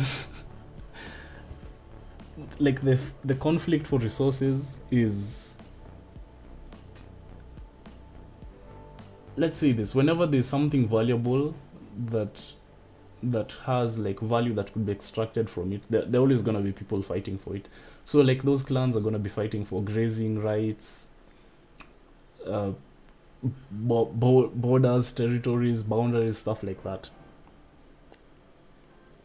And if we're gonna unite an entire continent, think about it. Think about how large Africa is, man. There are 55 countries in this continent. There are 55. This one, does it have South Sudan? Yeah, there are 55 countries. Look at how large this place is. It has a population of about 1.2 billion people. Cultures are varied, languages, political leanings, opinions, religions. All of those are means of dividing people. And right now we're very divided. If you're going to like try to do away with all of that and just unite all of us under one cause, it's going to be so difficult. You have to start at the grassroots. Get those clans to stop fighting each other. When you do that, get the tribes to stop fighting each other. Like I said earlier in the stream, and this is something I attribute to Jeff Shelton OK in chat. Shout out to him. He says in Kenya our politics is based on, what do you say? Let's call it group politics, identity politics. It's groupthink and it's not on ideologies. Because how do we vote? Nyanza region, Rift Valley region, Kiambu at the Mount Kenya region. What are those regions bound by? It's tribes. If the Jaluo can stop hating the Kikuyu, imagine if that wasn't ever an issue. If people didn't have to campaign in their strongholds based on tribe. If we could get the Luo guy to vote for a Kamba president, and the Kamba president wins because of the support from that Luo electorate, I would say we've made a step forward.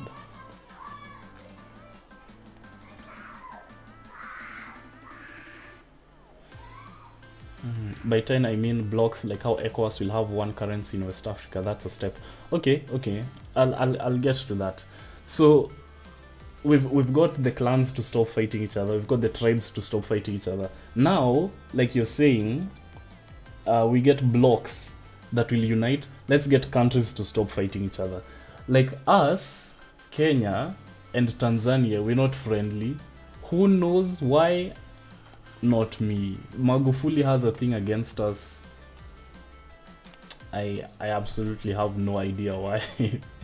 But we don't have like the closest of ties, you know?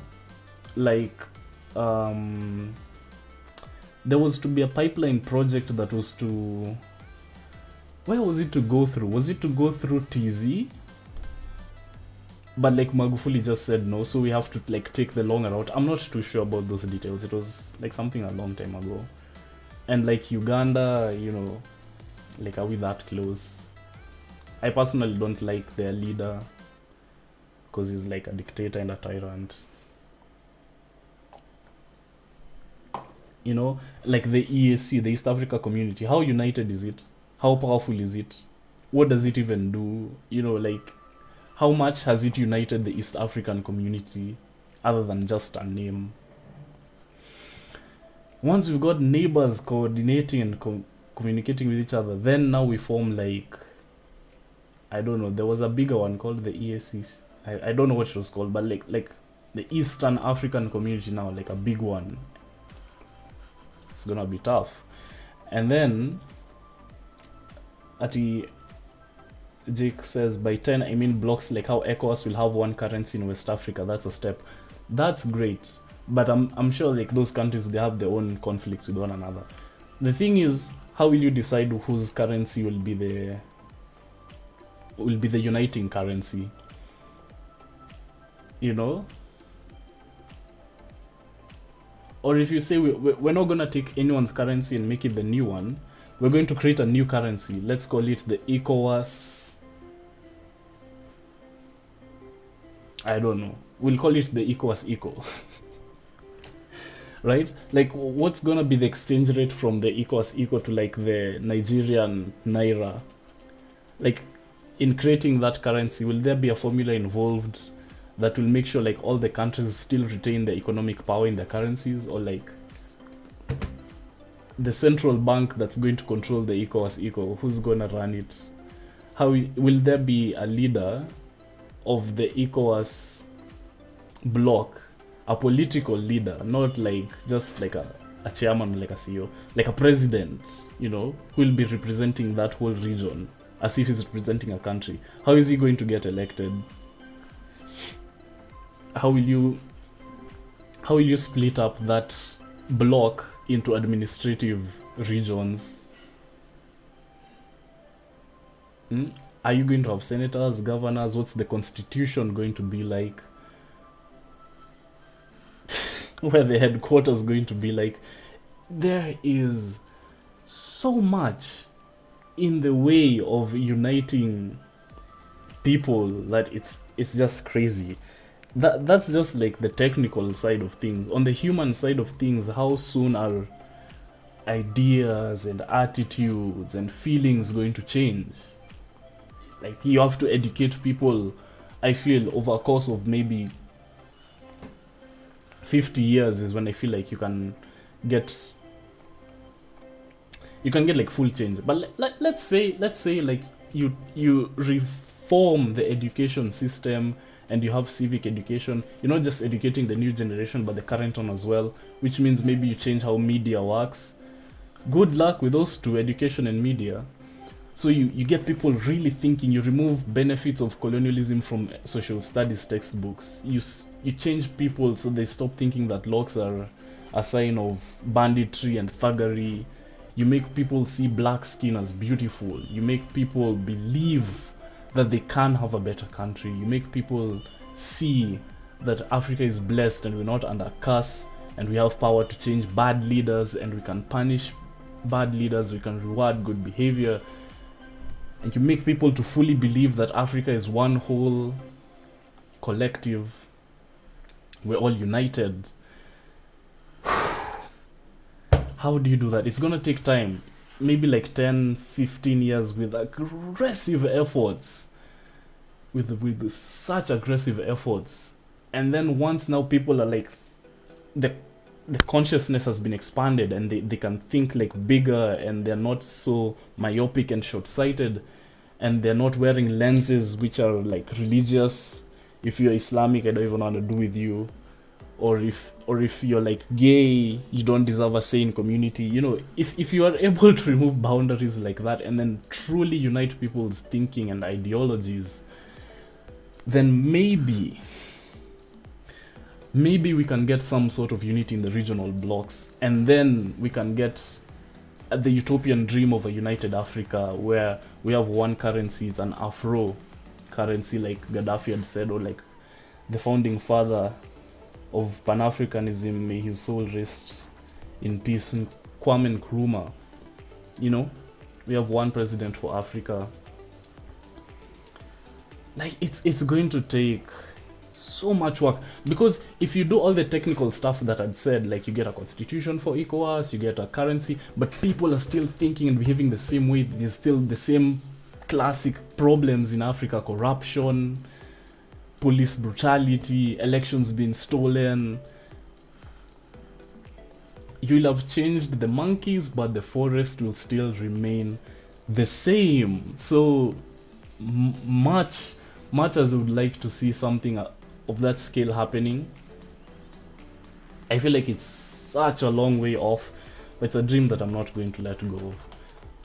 Before we go that far, we'll need to start with community organizing. It has to start there.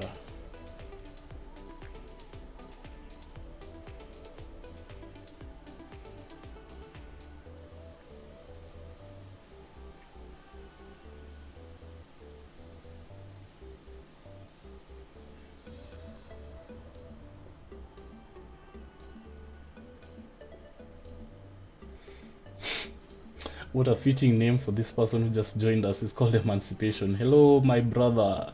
Welcome. Kwame is the African OG. I feel like Mandela was an American creation. Mandela has his own fair share of controversy, and I don't want to get into that. But like Kwame Nkrumah was the founding fathers of the continent. They had the right idea, but they were like assassinated, or like their ideas weren't let to go through.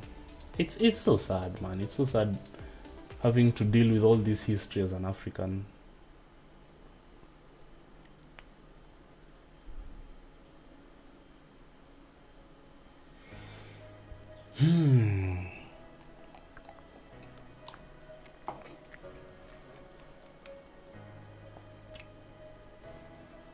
Yeah, wow, I've been talking a lot. Wow.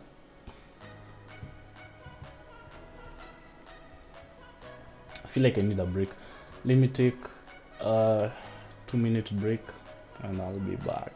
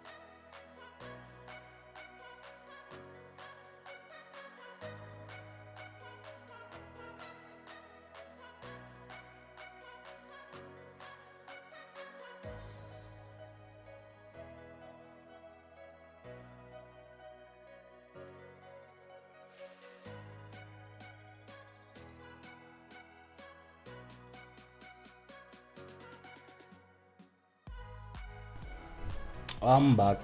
I'm back. Yeah, there we go. Hello.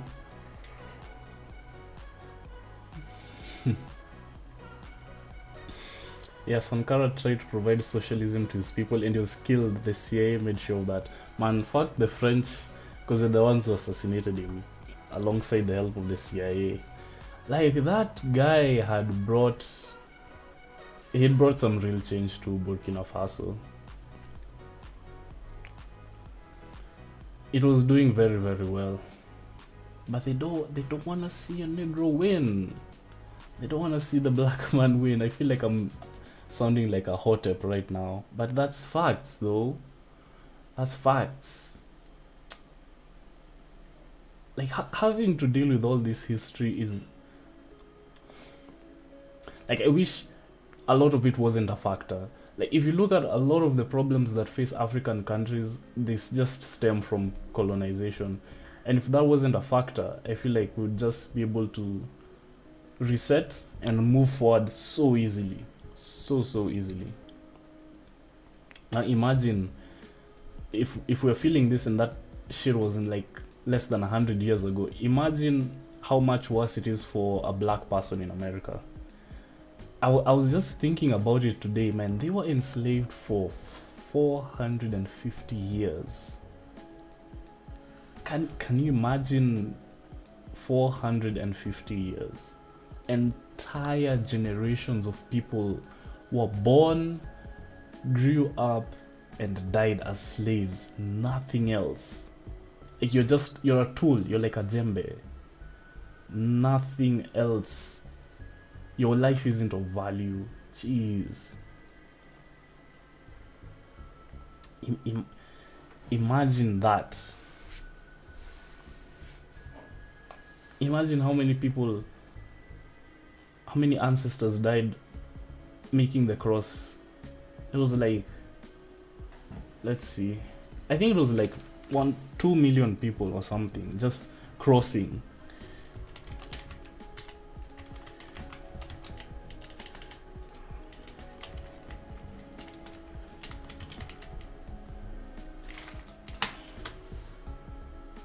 Look at that.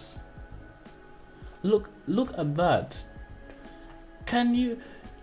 Is it even possible to imagine 2 million people? Like, look around your room. Look around wherever it is you're sitting. Try to put 1, 2, 3, 4, 5 people mentally until they get to 2 million. That's the number of people who died just on the crossing alone. About 10 million people were moved forcefully against their will, stolen from their culture, stolen from their people, their backgrounds, their homes. They were taken as property. 10 million of them, and I was so surprised to learn that majority of them went to the South Americas. Fascinating. I thought most of them went to the US. But 10 million people completely uprooted from every sense of belonging they had and were taken to another land where the people don't look like you, they don't speak like you, they don't treat you like you're a person. It's sad. It is very sad, as Naomi says. It is very sad.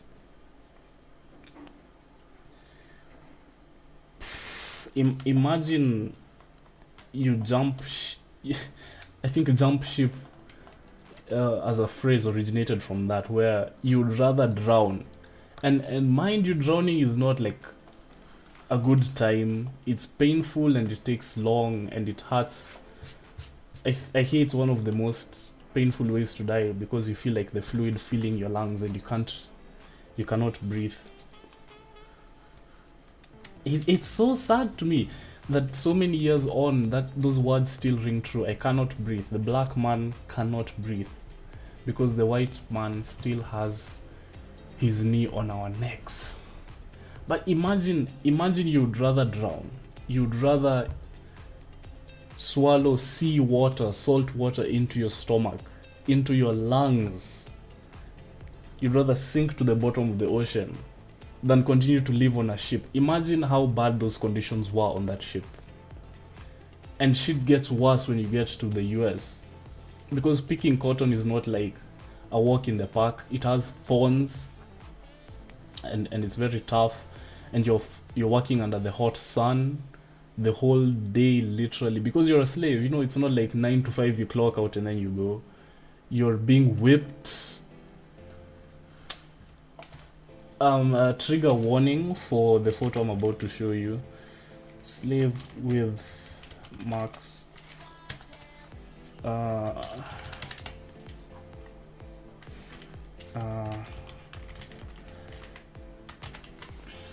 There's this really famous photo. Let me move my webcam so that you guys can see it. Where is it? Yeah, look at this photo. Like, you're being, there's no word for this. Abused doesn't cut it.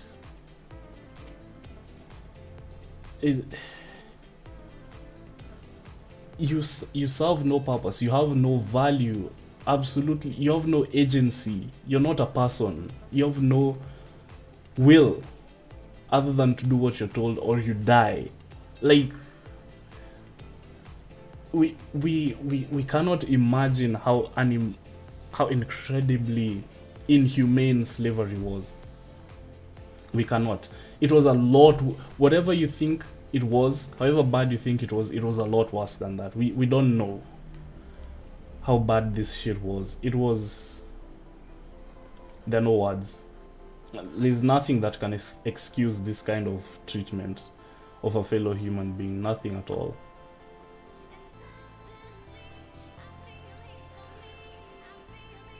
Nothing. And imagine, for 450 years.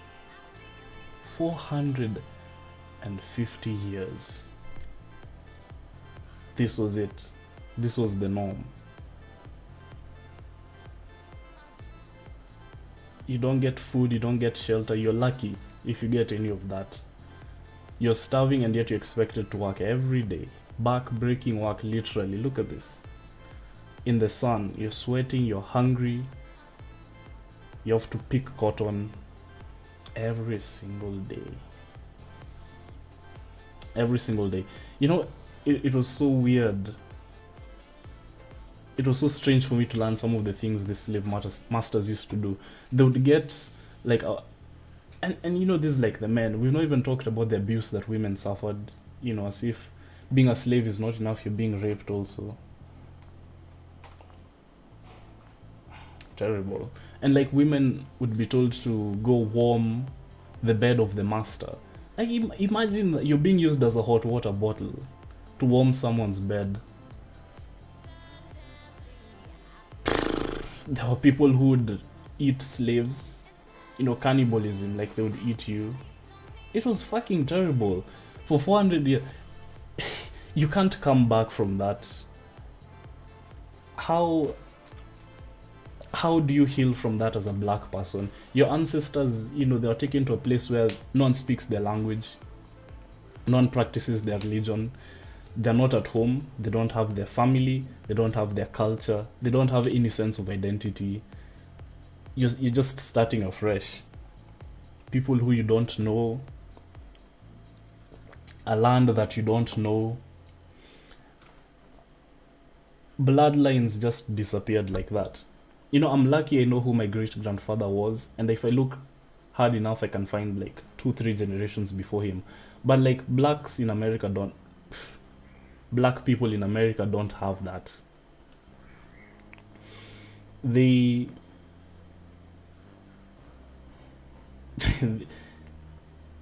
like sojourners, they're like visitors in that land. They don't belong there. It's so sad. How do you even start to undo the systems that allowed that shit to happen for 450 years? Like, people right now are trying so hard. They're really trying, but I don't know if reform is the way. I don't know if you can reform anything like that, man. It's messed up.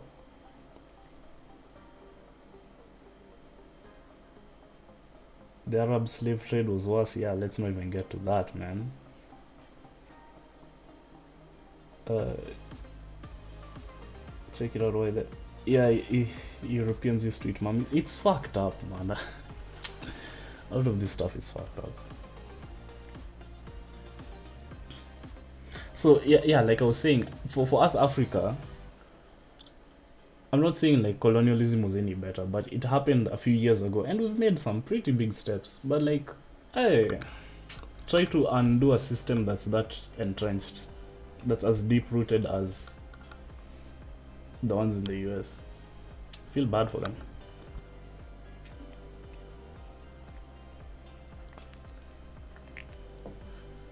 But yeah, guys, I feel like I've talked a lot about a lot about this stuff. Maybe I can talk about Reddit, because like I found that the subreddits I'm subscribed to have started to like influence the way I think. Let me see if I click here, will it show me? Yeah, like let's go to like this, the first subreddit on the list, a boring dystopia.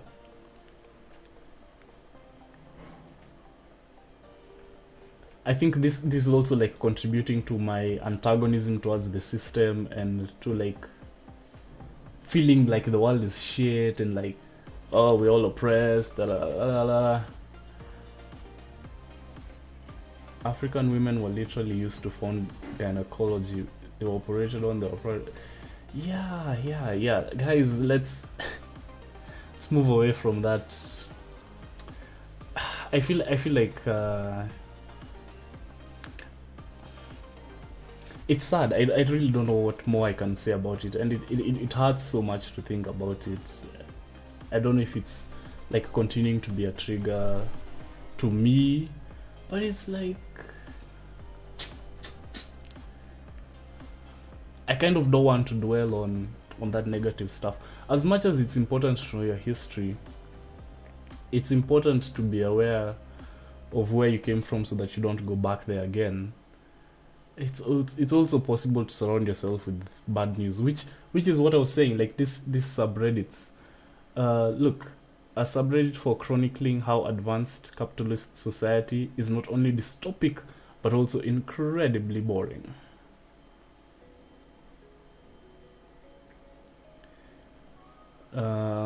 Like look, this is, you know, like climate change here. In the before, there was a big iceberg. Here it's all gone.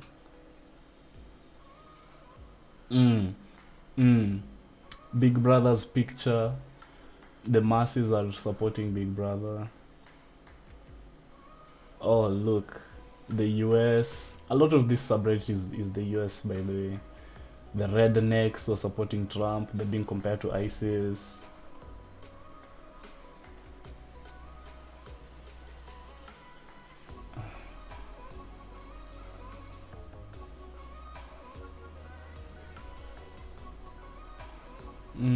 Okay, so a lot of it is gonna be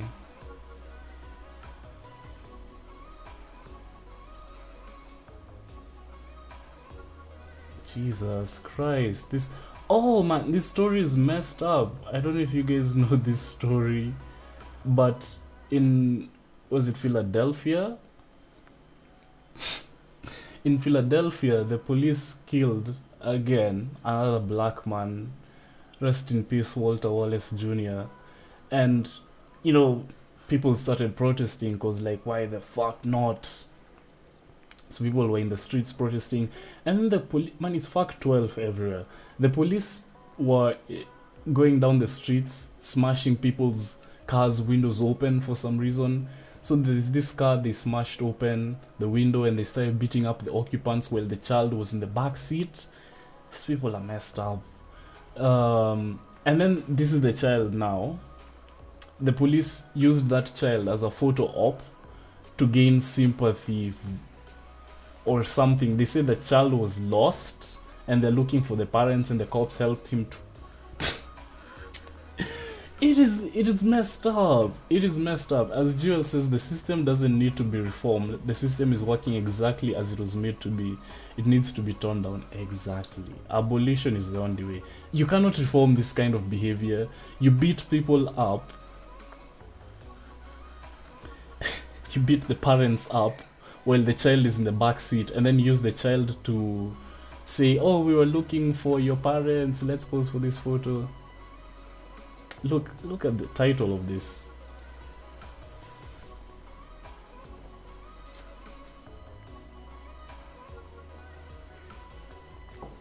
It's messed up. It's messed up.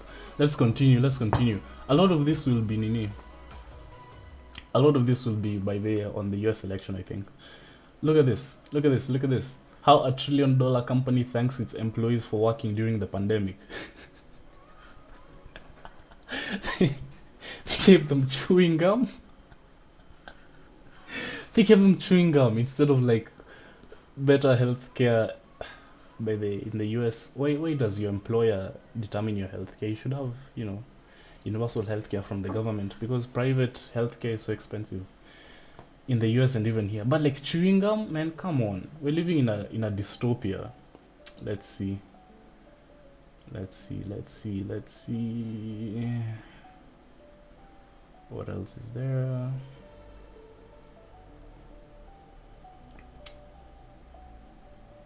Wow. Like, you see this stuff?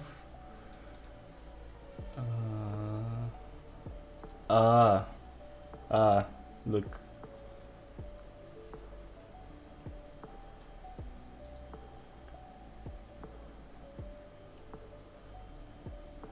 My God.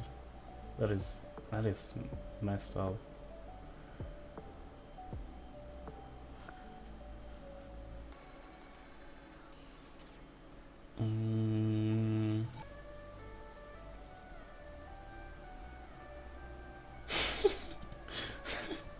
How to increase employee productivity? A pandemic, of course. Like,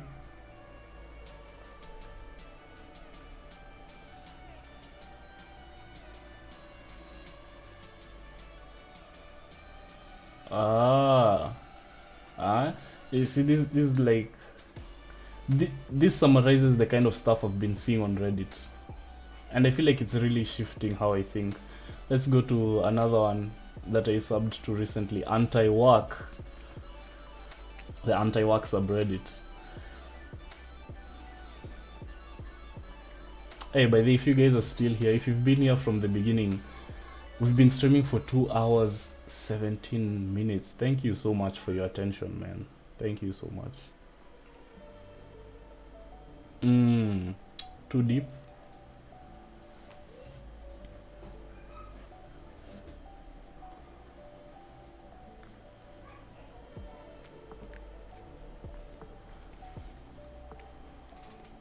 But yeah, thanks Mazi, you guys. I really appreciate you being here.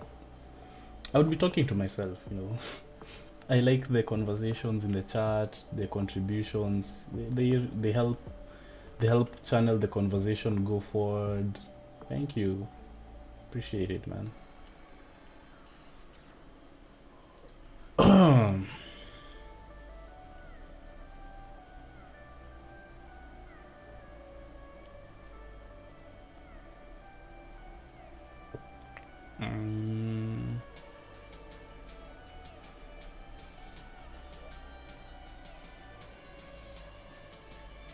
Just listening. Thank you, Naomi. I appreciate it, man.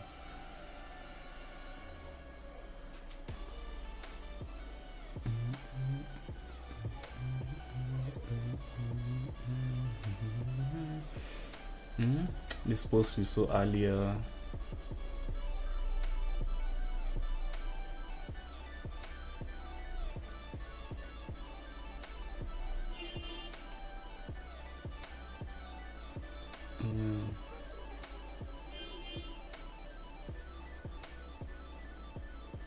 Jesus. Wow.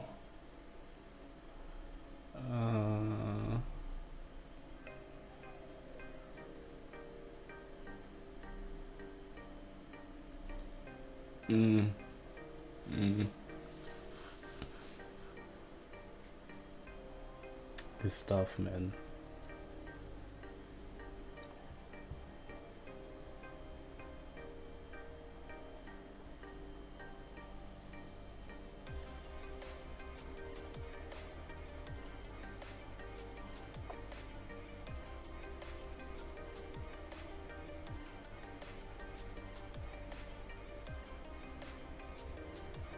let's look at another subreddit before I go. I'm thinking of ending the stream soon. I don't have much else on my mind.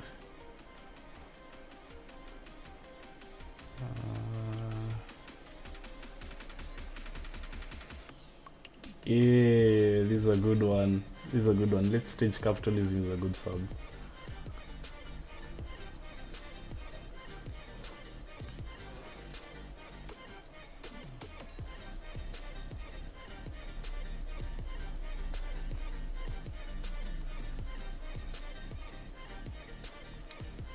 Mm-hmm. Mm-hmm. Exactly.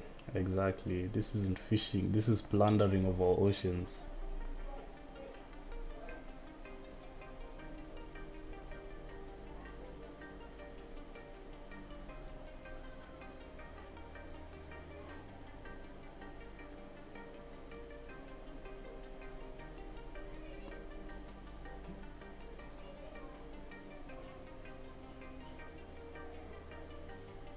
Mm.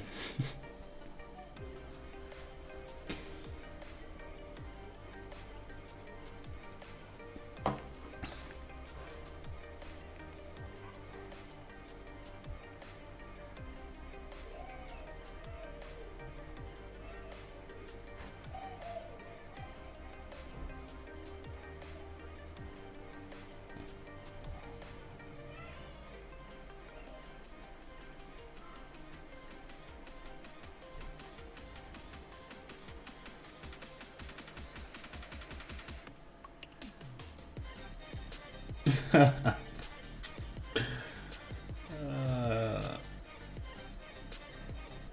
uh,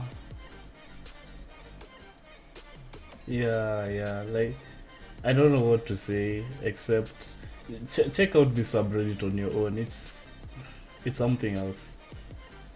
Like this tweet by Kim Kardashian got people mad. It got people big mad after 2 weeks of multiple health screens and asking everyone to quarantine. I surprised my closest inner circle with a trip to a private island where we could pretend things were normal just for a brief moment in time. Like these motherfuckers have access to all this healthcare. Actually, they can do health screening. They can quarantine at home. They're so privileged. They can take a trip to a private island in a fucking pandemic. Hey, people got mad. Seize their assets. Jesus. Okay.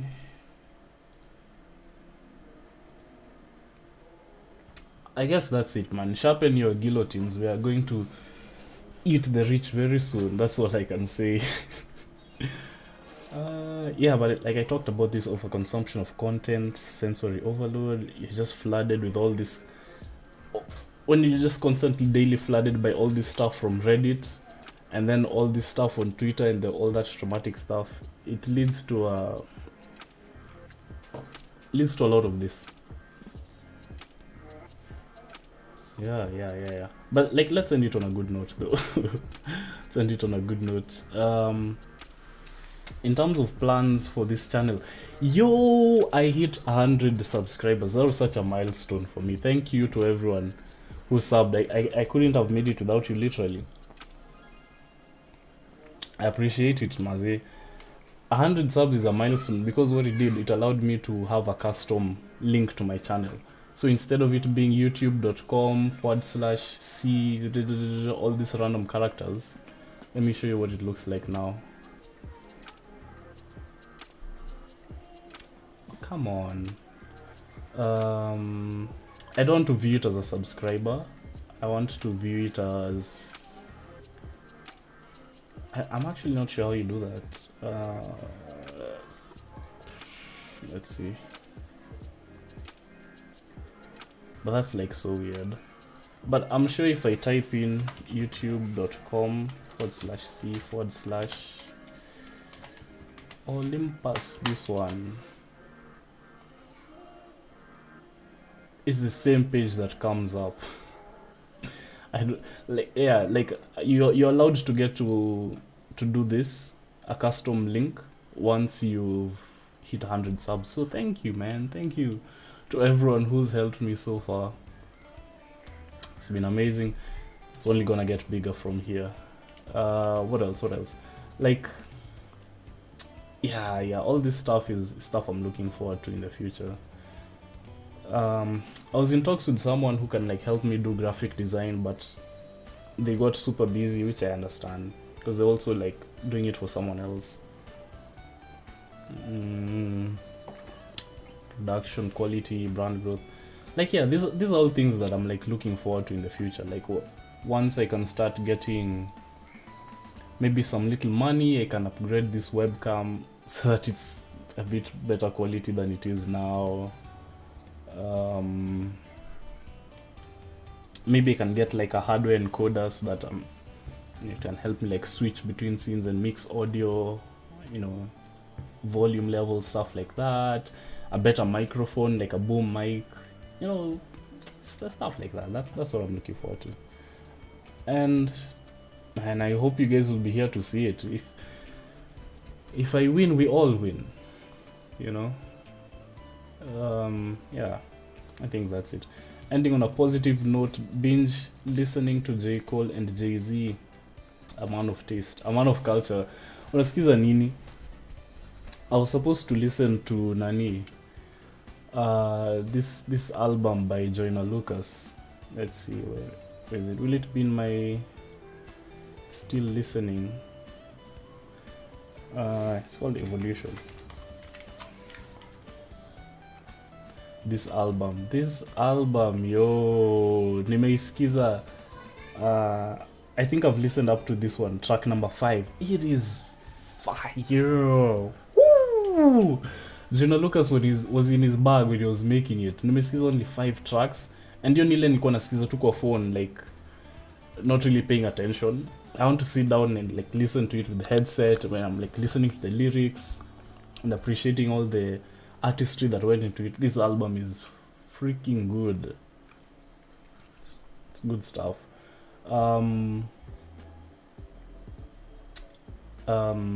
I've not listened to Savage Mode 2 just because I'm not a fan of Savage. I mean, he makes some good tracks, but I'm not like gonna listen to his whole album because he makes trap, you know. I'm not that big into trap. Every once in a while it's good in small doses, but it's not my cup of tea.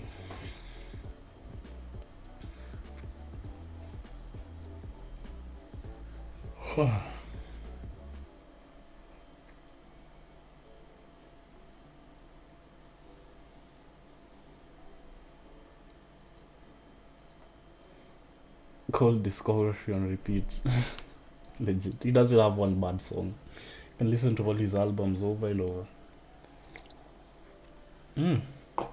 Yeah, man. But other than that, I've not been listening to any new albums of late. I've just been listening to this stuff that Deezer recommends. Like, damn, I'm sure this is gonna be fire. I can click on anything here.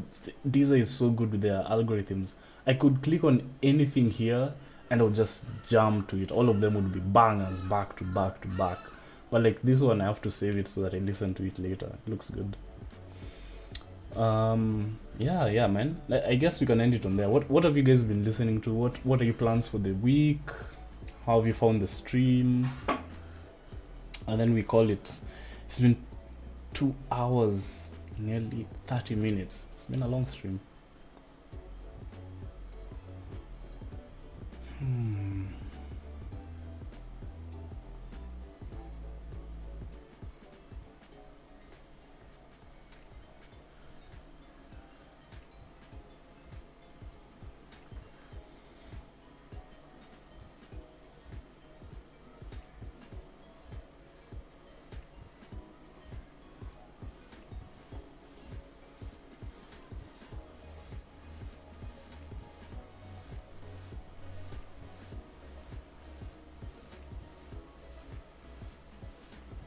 Stream was chill, enjoyed it. Thank you. Thanks, Naomi.